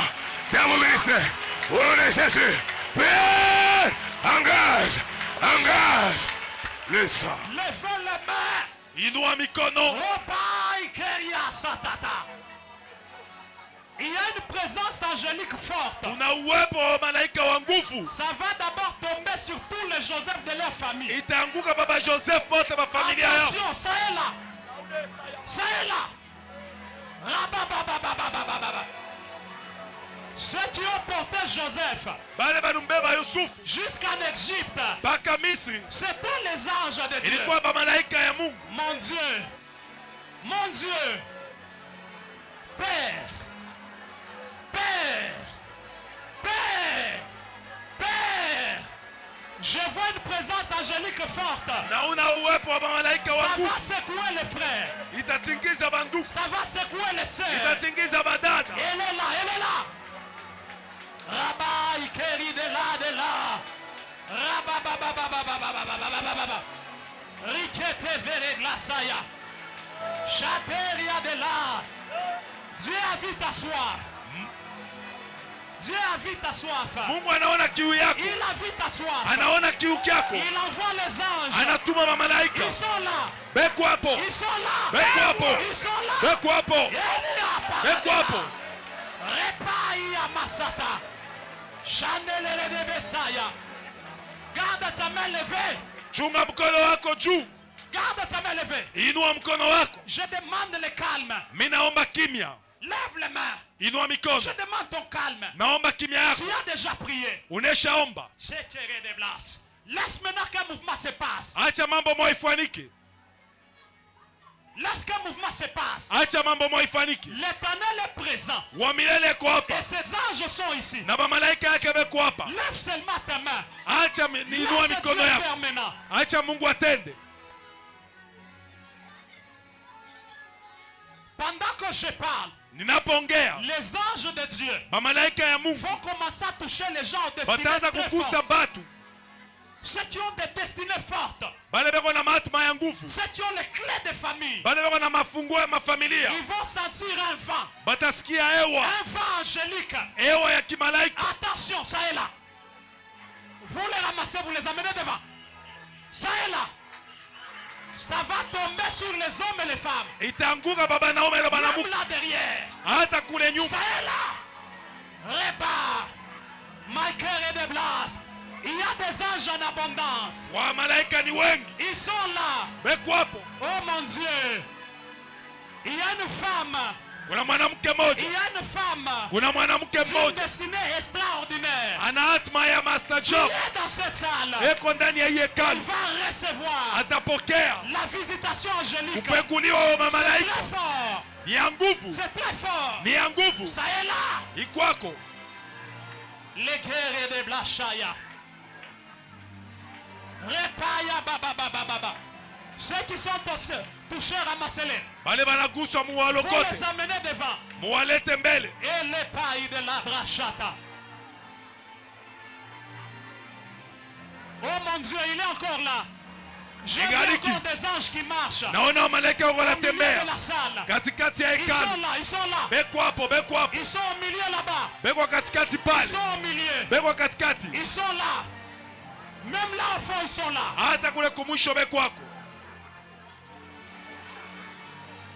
Que c'était. Repa baba baba baba. Il y a un homme qui a une étoile exceptionnelle. Kuna mtu ana nyota ya Dieu est en upekee. train de le changer. Mungu ako Les anambadilisha. rangs angéliques. Les rangs angéliques. Ça change. Inabadilika. Ça change. Inabadilisha. Ça change. Inabadilisha. Allez, recevez. Pokeeni. Recevez. Pokeeni. Rata. Quel est de Rebeshaya. Chaterebai kerede. Rabababababa shata.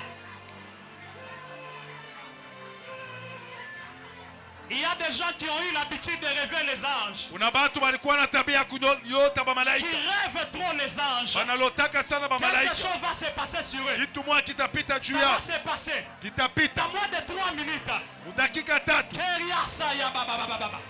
Ils voient des visitations des anges. Banaona kutembelewa kwa Même dans malaika. les songes. Hata mundoto. Même dans les visions. Hata maonyo. Ce soir, Jioni ya leo. il va les toucher. Parce que Dieu est en train de leur changer le système. Mungu anabadilisha mambo. C'est Keria Bashata. Et Prosokoto Bashata.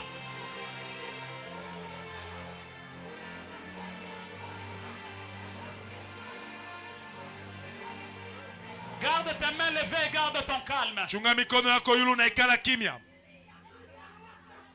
Dans ce silence, quelque chose se passe encore. Mui kimya kitu moja inapita tena.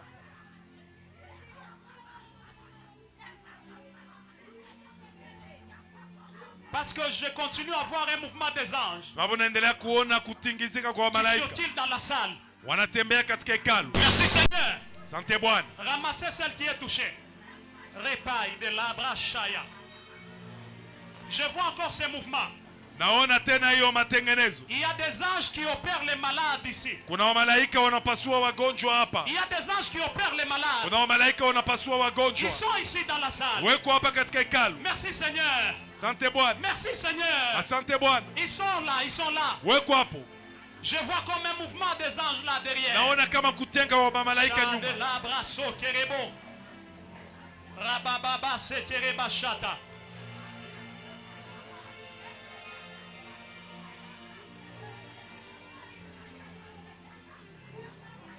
Il y a des gens Kuna watu qui vont commencer à chanter comme des anges. wataanza kuimba kama wa malaika Avec les voix angéliques. na masauti ya La kimalaika. main de Dieu va les toucher. Mkono ya Mungu itawagusa. Ça va être très fort. Itakuwa nguvu. Ça va être très fort. Itakuwa Ils nguvu. vont chanter avec des voix angéliques. Wataimba na masauti ya Oh mon kimalaika. Dieu, oh mon Dieu.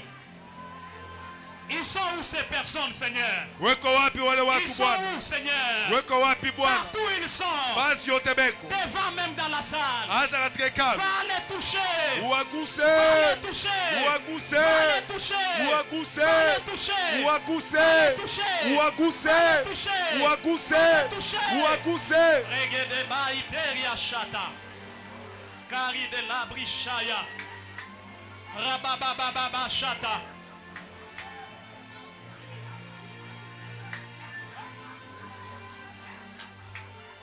Rikete vekere bashaya.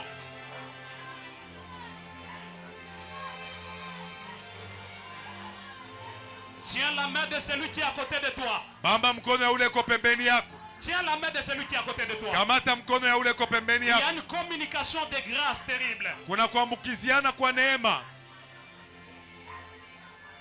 Si tu le sens secouer, tiens-le fort. Kama unamsikia anatingizika, mkamate kwa nguvu. Si tu le sens secouer, tu le tiens fort. Ukimsikia anatingizika, mbambe kwa nguvu. Le Dieu du prophète Serge. Mungu wa nabii Serge. Merci Seigneur. Asante Bwana. Merci Seigneur. Asante Bwana. Merci Seigneur. Asante Bwana. Parce que dans la prière de ce soir, Sababu maombi ya jioni il ya y a leo des identités muna qui maidentite sont en train d'être déterrées. ambayo iko na lamushwa. Il y a des identités Kuna maidentite qui sont en train d'être déterrées. iko Il y nafufuliwa. a des onctions. Kuna maupako. Il y a des onctions Kuna maupako qui sont en train de ressusciter. iko nafufuka. Amen. Hapa sasa. Amen. Hapa sasa. Hapa sasa. Hapa sasa. Hapa. Hapa. Hapa. Hapa. Hapa. Tena. Tena. Tena. Tena. Tena. Tena. Tena. Rebababa shata.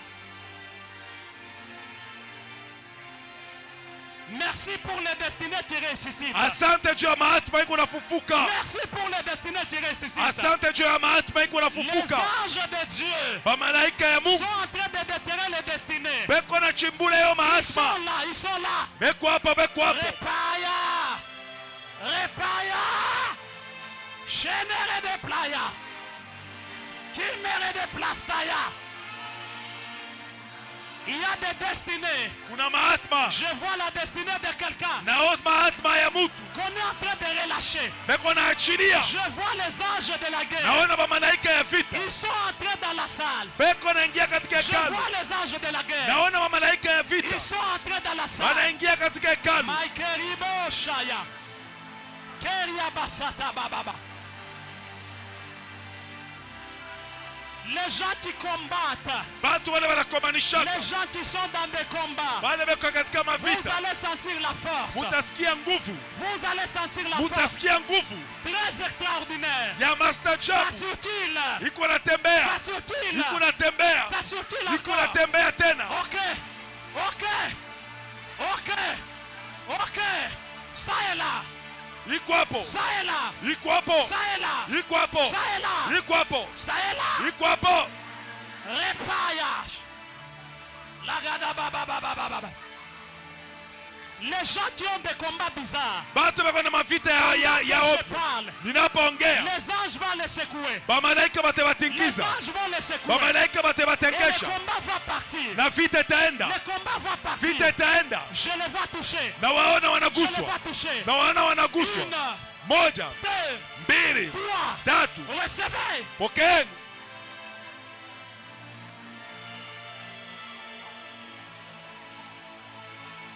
Tu as rêvé des combats qui te dépassent. Ulilota mavita na kupitia. Je vois les agents de la guerre dans la salle. Naona wafanyakazi wa vita katika hekalu. Je vois les agents de la guerre. Naona wafanyakazi wa vita. Ils vont te secouer. Watakutingiza. N'aie pas peur, ils sont Usiwe là. na boka, beko hapo. N'aie pas peur, ils sont là. Usiongope, beko hapo. Ils sont là. Beko hapo. Je le vois encore. Nabaona tena. Je le vois encore. Nabaona tena. Oh mon Dieu. Mungu wangu. Oh mon Dieu. Mungu wangu. Oh mon Dieu. Oh Mungu wangu. My God. Rababababababababababa.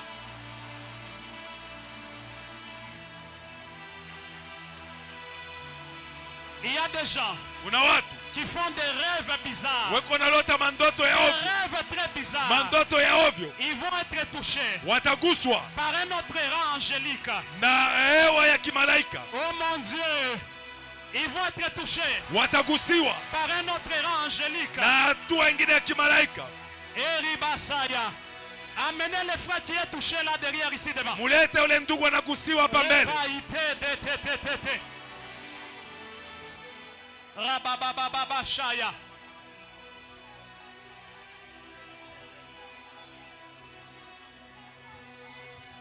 Mon Dieu. Ceux qui ont le don de langue, Wele weko na zawadi ya lugha. prends la main, mets sur la bouche. Beba mkono, weka pa kinwa. Mets seulement la main sur la bouche. Weka tu mkono pa kinwa. Je sens les langues des anges Nasikia malugha ya malaika. qui vont chauffer encore. Itawaka tena. Ça va chauffer dans la salle. Itawaka katika hekalu.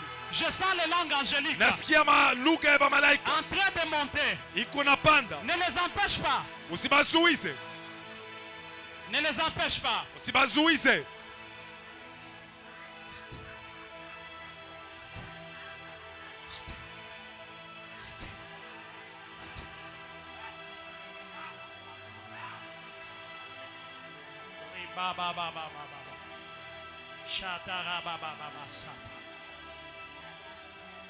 La Bible dit, Biblia inasema n'empêchez pas de parler en langue. msizuize kusema kwa Vous qui lugha. avez les dons de langue, Ndini muna zawadi ya vous allez lugha. parler de nouvelles langues. Mutasema malugha mapya. Je sens de nouvelles langues. Nasikia malugha Je vois mapya. de nouvelles langues. Naona malugha Ça est mapya. là, ça est là. Inaishafika. Ça est là. Iko pale. Ça descend, ça descend. Inashuka, inashuka.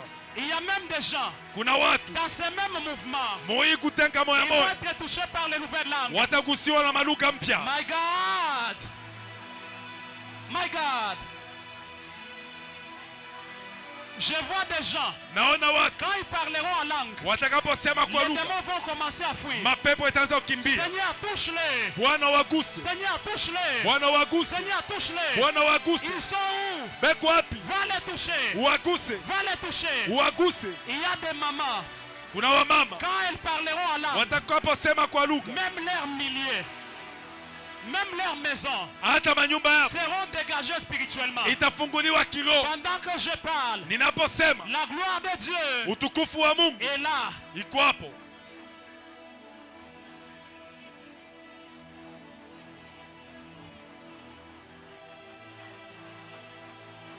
Amenez-moi le frère en lunettes. Uniletee ndugu leko na makalashi. Amenez-le. C'est son jour. Ni siku yake. Dieu le visite d'une manière spéciale. Mungu anamtembelea mwali ya upekee. Merci Seigneur. Asante Bwana.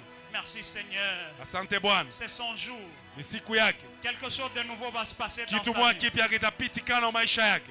Tout le monde remarquera Batu bote bataona que l'Éternel a commencé une nouvelle chose. kusema wa milele anaanza kitu kipya. Kedai. L'Esprit de Dieu veut entendre les bruits dans la salle. Roho wa Mungu anapenda kusikia makelele mwekano.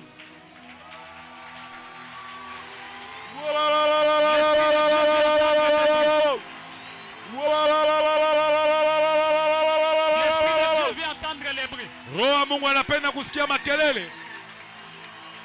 Si tu le fais par négligence, c'est toi-même. Kama upende kuifanya wewe mwenyewe. Si tu le fais par négligence, c'est toi-même. Si tu le fais par négligence, c'est toi-même.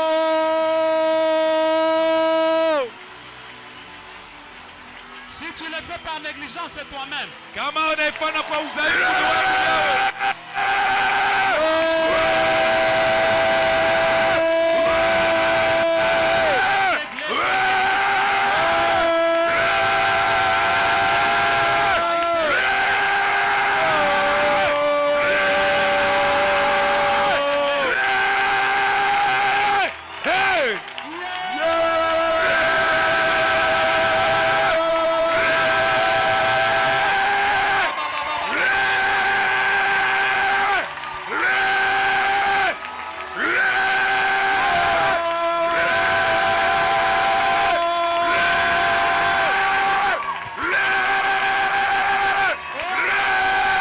Jésus-Christ.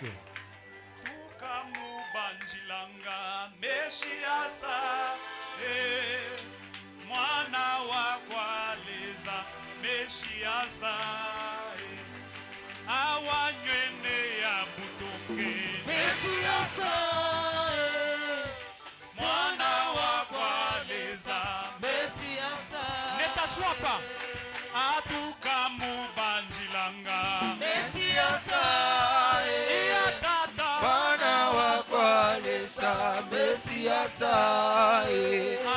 Atukamubanjilanga Mesiasa,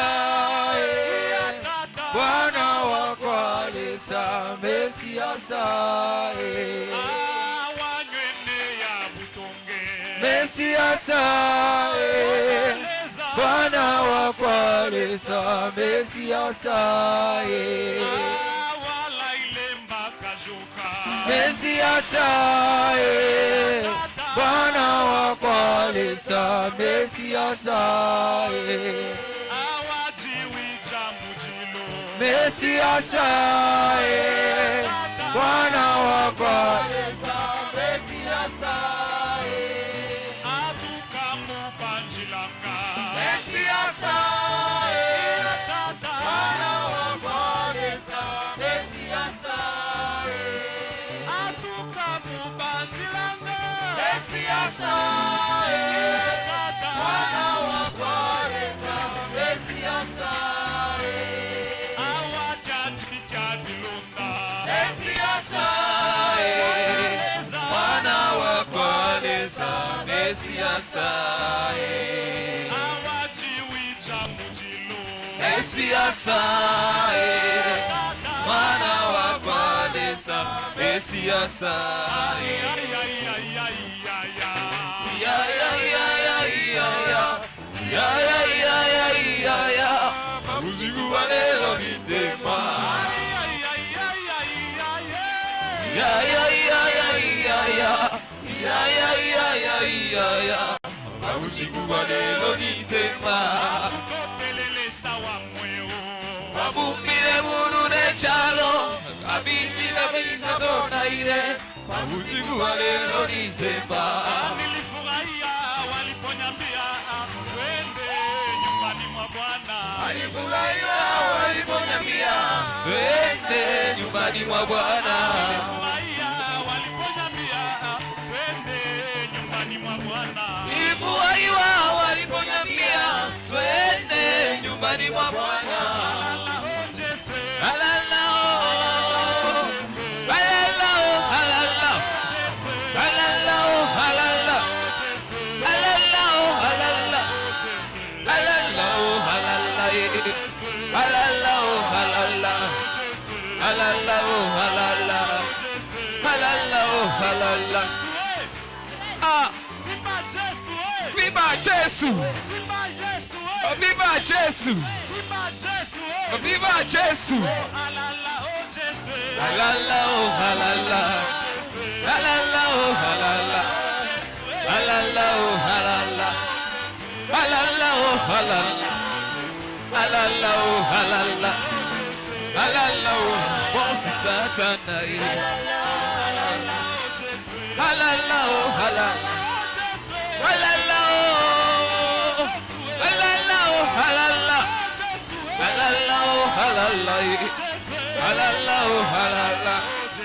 Alala, oh, alala. Alala, oh, alala. Ah, ah, ah, ah, ah, ah, ah, ah, ah, ah, ah. Yes.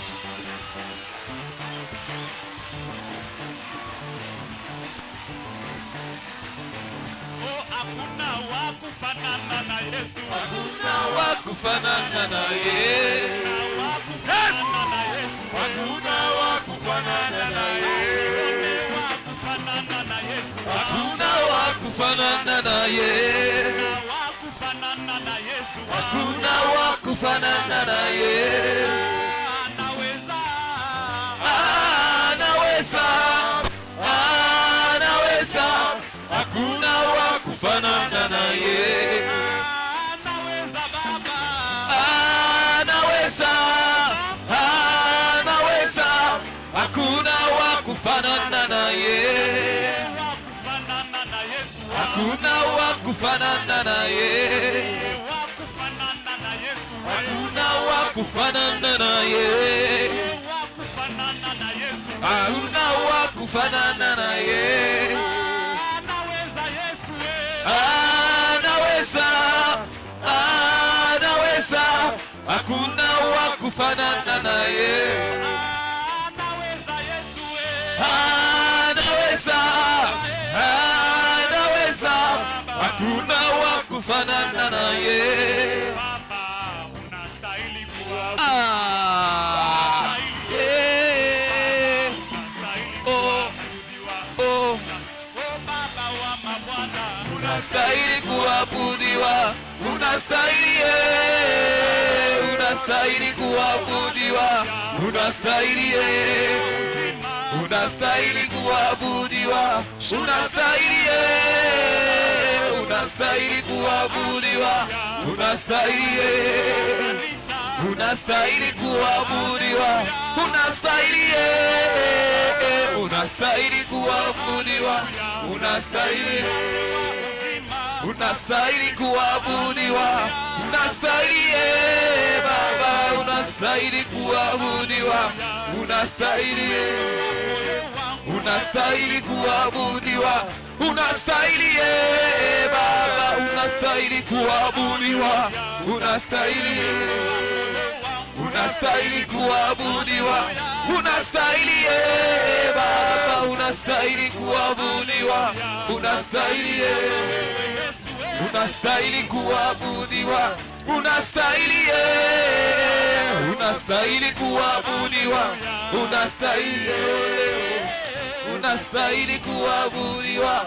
Unastahili. Unastahili kuabudiwa. Unastahili. Ah. Ah. Woo.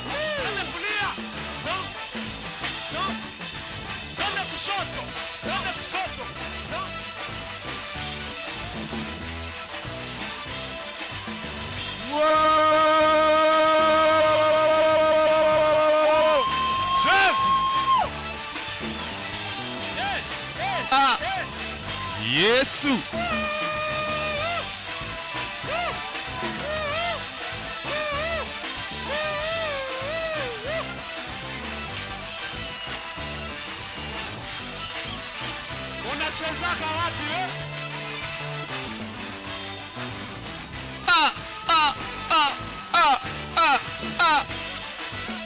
Danse un peu, Jésus, Jésus, Jésus.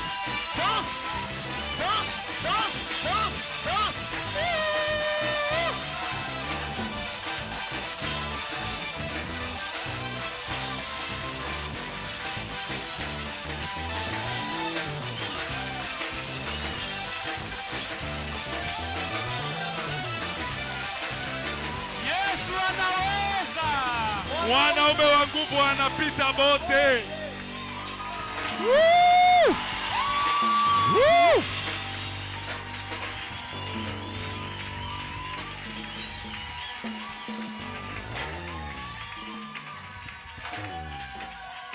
Ceux qui sont venus malades, Wale walikuya wagonjwa, croyez-moi, muniamini, c'est fini, Dieu vous a guéri. kunaisha, Mungu anamitunza.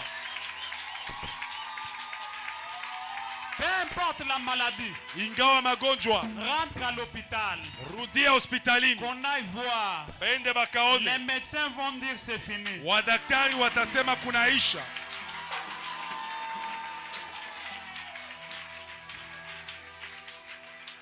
Amen. Amen. Maman qui regarde en arrière là au coin, fais d'abord ça. Mama ule konangana Non, kumkongo. l'autre maman. Elle a regardé encore en arrière. Comme en belge, fais d'abord ça. Le Seigneur vient de vous conférer une grande victoire dans ses louanges. Mungu anamipatia ushindi kubwa katika hii sifa. De très fortes victoires. J'ai vu une intervention angélique autour de vous. Niliona kazi ya wamalaika pembeni yenu, Et quand je voyais cette intervention angélique, na nilipoona hiyo msaada, j'entends une voix qui me dit son accouchement va marquer un nouveau départ. nilisikia sauti inasema kuzala kwake kutaleta mwanzo mpya. C'est comme une porte par laquelle l'Éternel va passer pour vous ramener dans vos droits. Iko saa mulango mule Mungu atapitia amirudishe mu haki yenu. Et vous allez voir même l'ouverture de choses qui étaient bloquées il y a très longtemps. Mutaona hata kufunguka kwa bitu bile bilifungwa kuna muda Parce que mrefu. pendant que je parle, je vois des enveloppes noires qu'on est en train de déchirer. Sababu ninapoongea naona mabahasha mweusi beko na pasula. Le Dieu d'Israël me dit ceci. Mungu wa Israeli ananiambia Il hivi, accepte de briser les esprits de mauvaises nouvelles autour de vous. anaitika kuvunja hayo mapepo ya mabari mbaya pembeni Et yenu. quand je parle des esprits de mauvaises nouvelles, Ninapoongelea mapepo ya mabari le mbaya, Seigneur me dit qu'il y avait un vent de la mort qui voulait commencer à frapper d'une manière répétitive la famille, et puis pas dans un long temps. Vous allez dans un deuil, vous entrez dans un autre. Vous allez vous entrer dans un autre, mais je vois votre présence ce soir, c'est comme Dieu qui vient d'allumer la lampe dans la famille pour enlever ces histoires-là. Amen. Ça, c'est ainsi parle l'Éternel. le ile Dieu ni anasema d'Israël. viwa milele. Ma maman, j'aimais quand on parlait sur vous par les prophètes. Mama, nilipenda pale balikuwa naongea juu yenu kuko nabii. Passez un peu. Upite kwanza. J'ai beaucoup aimé. Nilipenda sana. Papa, Dieu m'a dit, Dieu a un programme, un agenda très spécial par rapport à elle. Papa, Mungu anasema Mungu ako na agenda ya upekee juu yake. Et cet agenda-là, c'est un agenda d'impact. Na ni agenda ya upako. Et pendant que je suis en train de parler de l'agenda d'impact, Ninapozungumzia agenda ya impact, je la vois en train de parler et les gens en train de s'inspirer d'elle. namuona eko naongea na batu banabeba mawazo yake. Dieu est en train de me dire ceci, il accepte de la faire comme une cuve de la sagesse. Mungu eko nanyambia nafia kumfuansa wa kiungu kia hekima. C'est une chose que le Seigneur Dieu de gloire est en train de m'enseigner. Ni kitu kile Mungu wa utukufu eko Et Dieu nanifundisha. me dit que les prophétiques en elle va beaucoup travailler avec la sagesse et les conseils. Mungu ananyambia kinabii itatumika sana ndani yake na mashauri na hekima. Ça, c'est la manière dont le Seigneur va marcher avec la maman. Ile ni namna ile Mungu atatembea na huyu mama. Et puis le Seigneur me dit ceci. Kisha Mungu ananyambia hivi, Vous êtes parmi les gens qu'il a appelés pour soutenir aussi matériellement cette œuvre. muko katikati ya watu bale Mungu aliita juu ya kukamatisha kipesa hii bibi Et hii vous kazi. allez voir chaque fois que vous posez un acte quelconque,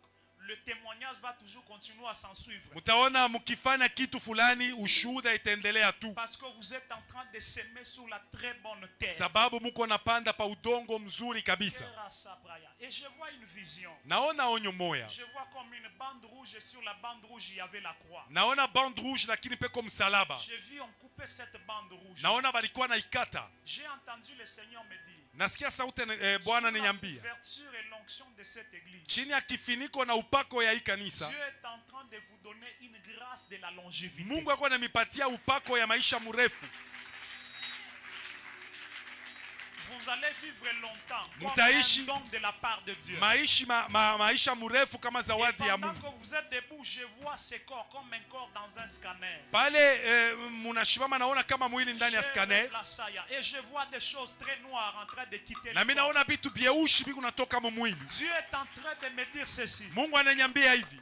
Que les gens ne voient pas l'apparence. Le corps était secoué par Batu les puissances de bashione maladie. hadi mwili litingizika na uwezo wa maradhi. Je vois des secousses. Naona Et kutingizika. ces secousses-là, Na kule kutingizika voulez à un certain moment vous rendre faible dans beaucoup d'aspects. wakati moyo litafuta kumifanya mzaifu makazi Je mingi. vois les yeux du prophète Naona Serge Mungu wa nabii Serge ce soir en train de mettre fin à ces choses. jioni ya leo kumaliza vile vitu. Parce que je vois comme des tables. Sababu naona kama Comme mameza. des tables de comprimés. Mameza ya Vous binini jetez les comprimés en dehors de la maison. lakini bako natupa nje ya nyumba. Ça c'est une chose Hii ni kitu que le Seigneur Dieu d'Israël kile wa milele Mungu wa Israeli est en train de m'enseigner ce soir. eko ananifundisha jioni ya En leo ce qui vous concerne. kuile inemielekea. Donne-moi un amen très bien.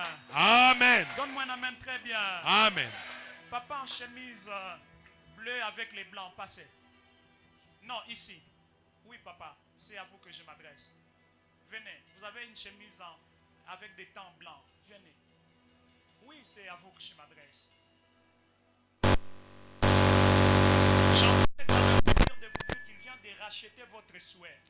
Nasikia wa milele anasema anakomboa jasho yako. L'Éternel m'a dit qu'il a racheté votre souhait. Wa milele ananiambia anakomboa jasho yako. Il y avait un combat qui voulait, on sait que dans chaque chose que vous entreprenez, que vous ne puissiez pas aboutir à des résultats attendus. Kulikuwa vita moja ilipenda mubile byote utaanza kufanya usifike kwa matokeo yako Une unachunga. simple voix m'est venue me disant, dis-le, je viens de racheter sa souhait. Sauti moja inaniambia umwambie anatokea kukomboa jasho Et yake. l'Éternel me dit, vous n'investirez plus dans des choses qui ne vont plus vous produire. Wa milele ananiambia haustaingisha makuta mubitu bila biste Ça, mizaria. c'est ce que l'Éternel, Dieu d'Israël, est en train de m'enseigner en ce qui vous concerne. Ile ni Mungu wa Israeli kunanifundisha pa mambo yako. Pendant que je parle, le Seigneur m'a dit, vous avez une grande mission. Mungu ananiambia kuna kazi kubwa. Et quand je parle de la mission, Ninapozungumzia kazi, vous devez travailler de manière à parler profondément de Christ dans la famille. unapasha kusungumuza kwa uketo ndani ya Kristo ndani ya familia. Profondément et profondément. Kwa uketo kabisa. Parce que je suis en train de voir comme une brèche du salut pour la famille. Sababu niko naona kama vile chanzo wala njia ya J'ai vu des wokovu. gens qui étaient en train de partir très loin, mais vous les donnez la main, ils étaient en train de sortir. Naona watu walikuwa naenda mbali unawapatia mkono bego Ça, natoka. c'est ce que l'Esprit du Seigneur est en train de Ni m'enseigner. ile roho ya Mungu kunanifundisha. Pendant que je suis en train de parler. Ninaposema, Que Dieu bénisse. Mungu amibariki. Vous pouvez rentrer. Taweza kurudia.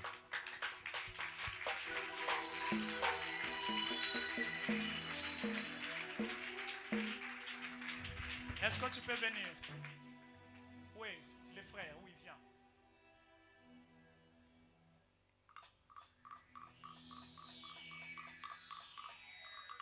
Tu fais quoi comme étude? Le Seigneur m'a dit, prends au sérieux ce que tu es en train de faire. Bwana Mungu ananiambia ubebe kwa heshima bila kunafanya. Prends très au sérieux ce que tu es en train de faire. Ubebe kwa heshima kabisa. J'ai vu une forte intelligence, Naona akili kubwa kabisa, mais qui veut être accompagnée aussi d'une forte négligence. lakini napenda kusindikizwa na udhaifu na kupuuzia kwa nguvu. Le Seigneur me dit ceci, prends trop au sérieux ce que tu es en train de faire. Bwana Mungu ananiambia beba kwa heshima kabisa bila kunafanya. Parce que la grâce de ta bénédiction est rattachée aux études que tu es en train de faire. Sababu neema ya baraka yako inaambatana na masomo ambayo unaisoma. Je ne vois pas seulement la bénédiction du côté des études, Shione tu baraka kungambo ya masomo, mais je suis en train de te voir comme dans les prépôts de Dieu. Dieu est en train de te préparer afin que tu le sers aussi au ministère. Mina kuona kama matayarisho ya Mungu ile Mungu akumutumikie muhuduma. Je suis en train de te voir comme au prépôt divin. Niko na kuona kama vile mu masomo ya kujitayarisha juu ya kimungu. Parce que je te voyais en train d'avancer avec les entreprises, mais tu avais une Bible à la main. Nilikuona uko naendelea na makampuni lakini na Biblia mkononi. Retenez cette prophétie, église. Mubambe hii unabii kanisa. Parmi les jeunes gens qui vont servir Dieu d'une manière remarquable. Katikati ya batu biana batatumikia Mungu mwali ya nguvu na huyu eko hapo. C'est une chose que je suis en train de voir. Ni kintu nikunaona. Et puis pendant que je parle, je vois comme une sémence du leadership que Dieu est en train de développer. Ninapoona mimi naona mbego ya leadership ndani yako. Et quand je parle de cette sémence du leadership par de la sobradash, je suis en train de le voir même au milieu des amis. Comme quelqu'un qui influence très facilement. Ninamuona hata katikati wa rafiki kama mtu eko na wasukuma kwa wepesi. Et puis je le vois malgré son âge comme une intelligence sollicitée et une intelligence consultée. Namuona ingawa miaka yake kama akili beko nauliza. Je suis en train de voir cette chose. Niko naona kile kitu. Mais l'Éternel me dit tu dois la valoriser en enlevant la négligence. Lakini wa milele anasema inabidi ukipatie bei ukitosha negligence. Dieu de gloire est en train de ni ile Mungu wa utukufu kunanifundisha. Je parle, je vois on les revêt d'un grand casque. Ninapoongea namuona banamuvuika kaske kubwa. Il est en train de me dire ceci. Wa milele ananiambia hivi. Parce que ce gars c'est une étoile. Sababu huyu bwana ni nyota. Il est une étoile même par rapport à sa famille. Ni nyota hata juu ya familia yake. C'est ainsi que les ténèbres voulaient commencer à les déranger avec des maux de tête inexplicables. Ni vile giza lipenda kwanza kumvuruka na kichwa kuuma. Mais je vois l'Éternel Dieu de gloire en train de déverser. Naona wa milele Mungu wa utukufu eko na mwana. Une forte protection. Makufikiri kwa nguvu. Sous l'onction du prophète chini ya upako ya nabii Serge. Ça c'est une chose que l'Éternel me fait voir. Hiki ni kitu wa milele ananionyesha. Et puis retiens cette chose. Kisha shika hiki kitu. Ne regarde pas ta position. On me ramène comme dans la Bible, elle est comme Joseph. Eko kama vile Yusufu. Je le vois spirituellement comme quelqu'un qui a une robe très enviée. Mina muona kiro kama mtu eko na nkanjo banaitamania sana. Et à cause de cette robe qui est très enviée, najua ile nkanjo inatamaniwa sana. Faut que je te dise une chose aux oreilles. Inabidi nikwambie kitu mwako mashikio. Généralement quand la prophétie va aux oreilles, ça devient très intéressant. C'est là que les gens veulent trop écouter. Kama unabii inaenda kumasikio njo pale bantu wanapenda kushikia sana. Je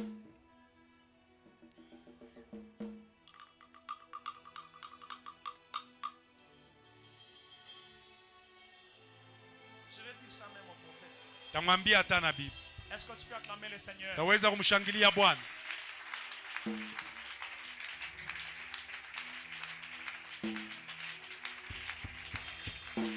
Donnez-moi 4 enveloppes seulement. Munipatie mabahasha ine tu. 4. Ine.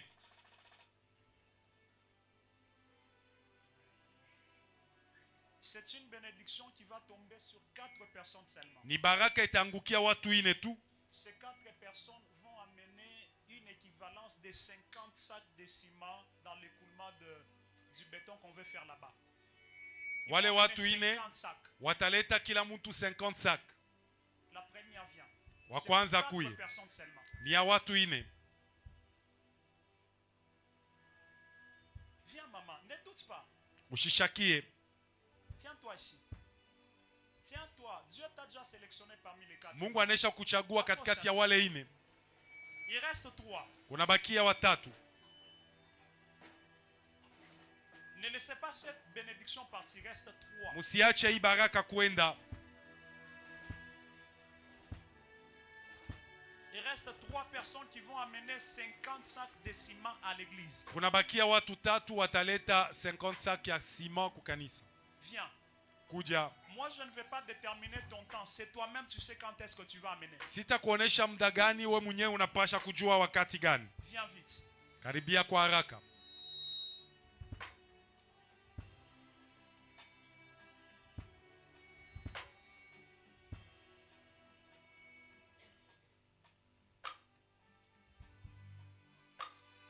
C'est vous qui allez me souffler quand est-ce que vous allez amener.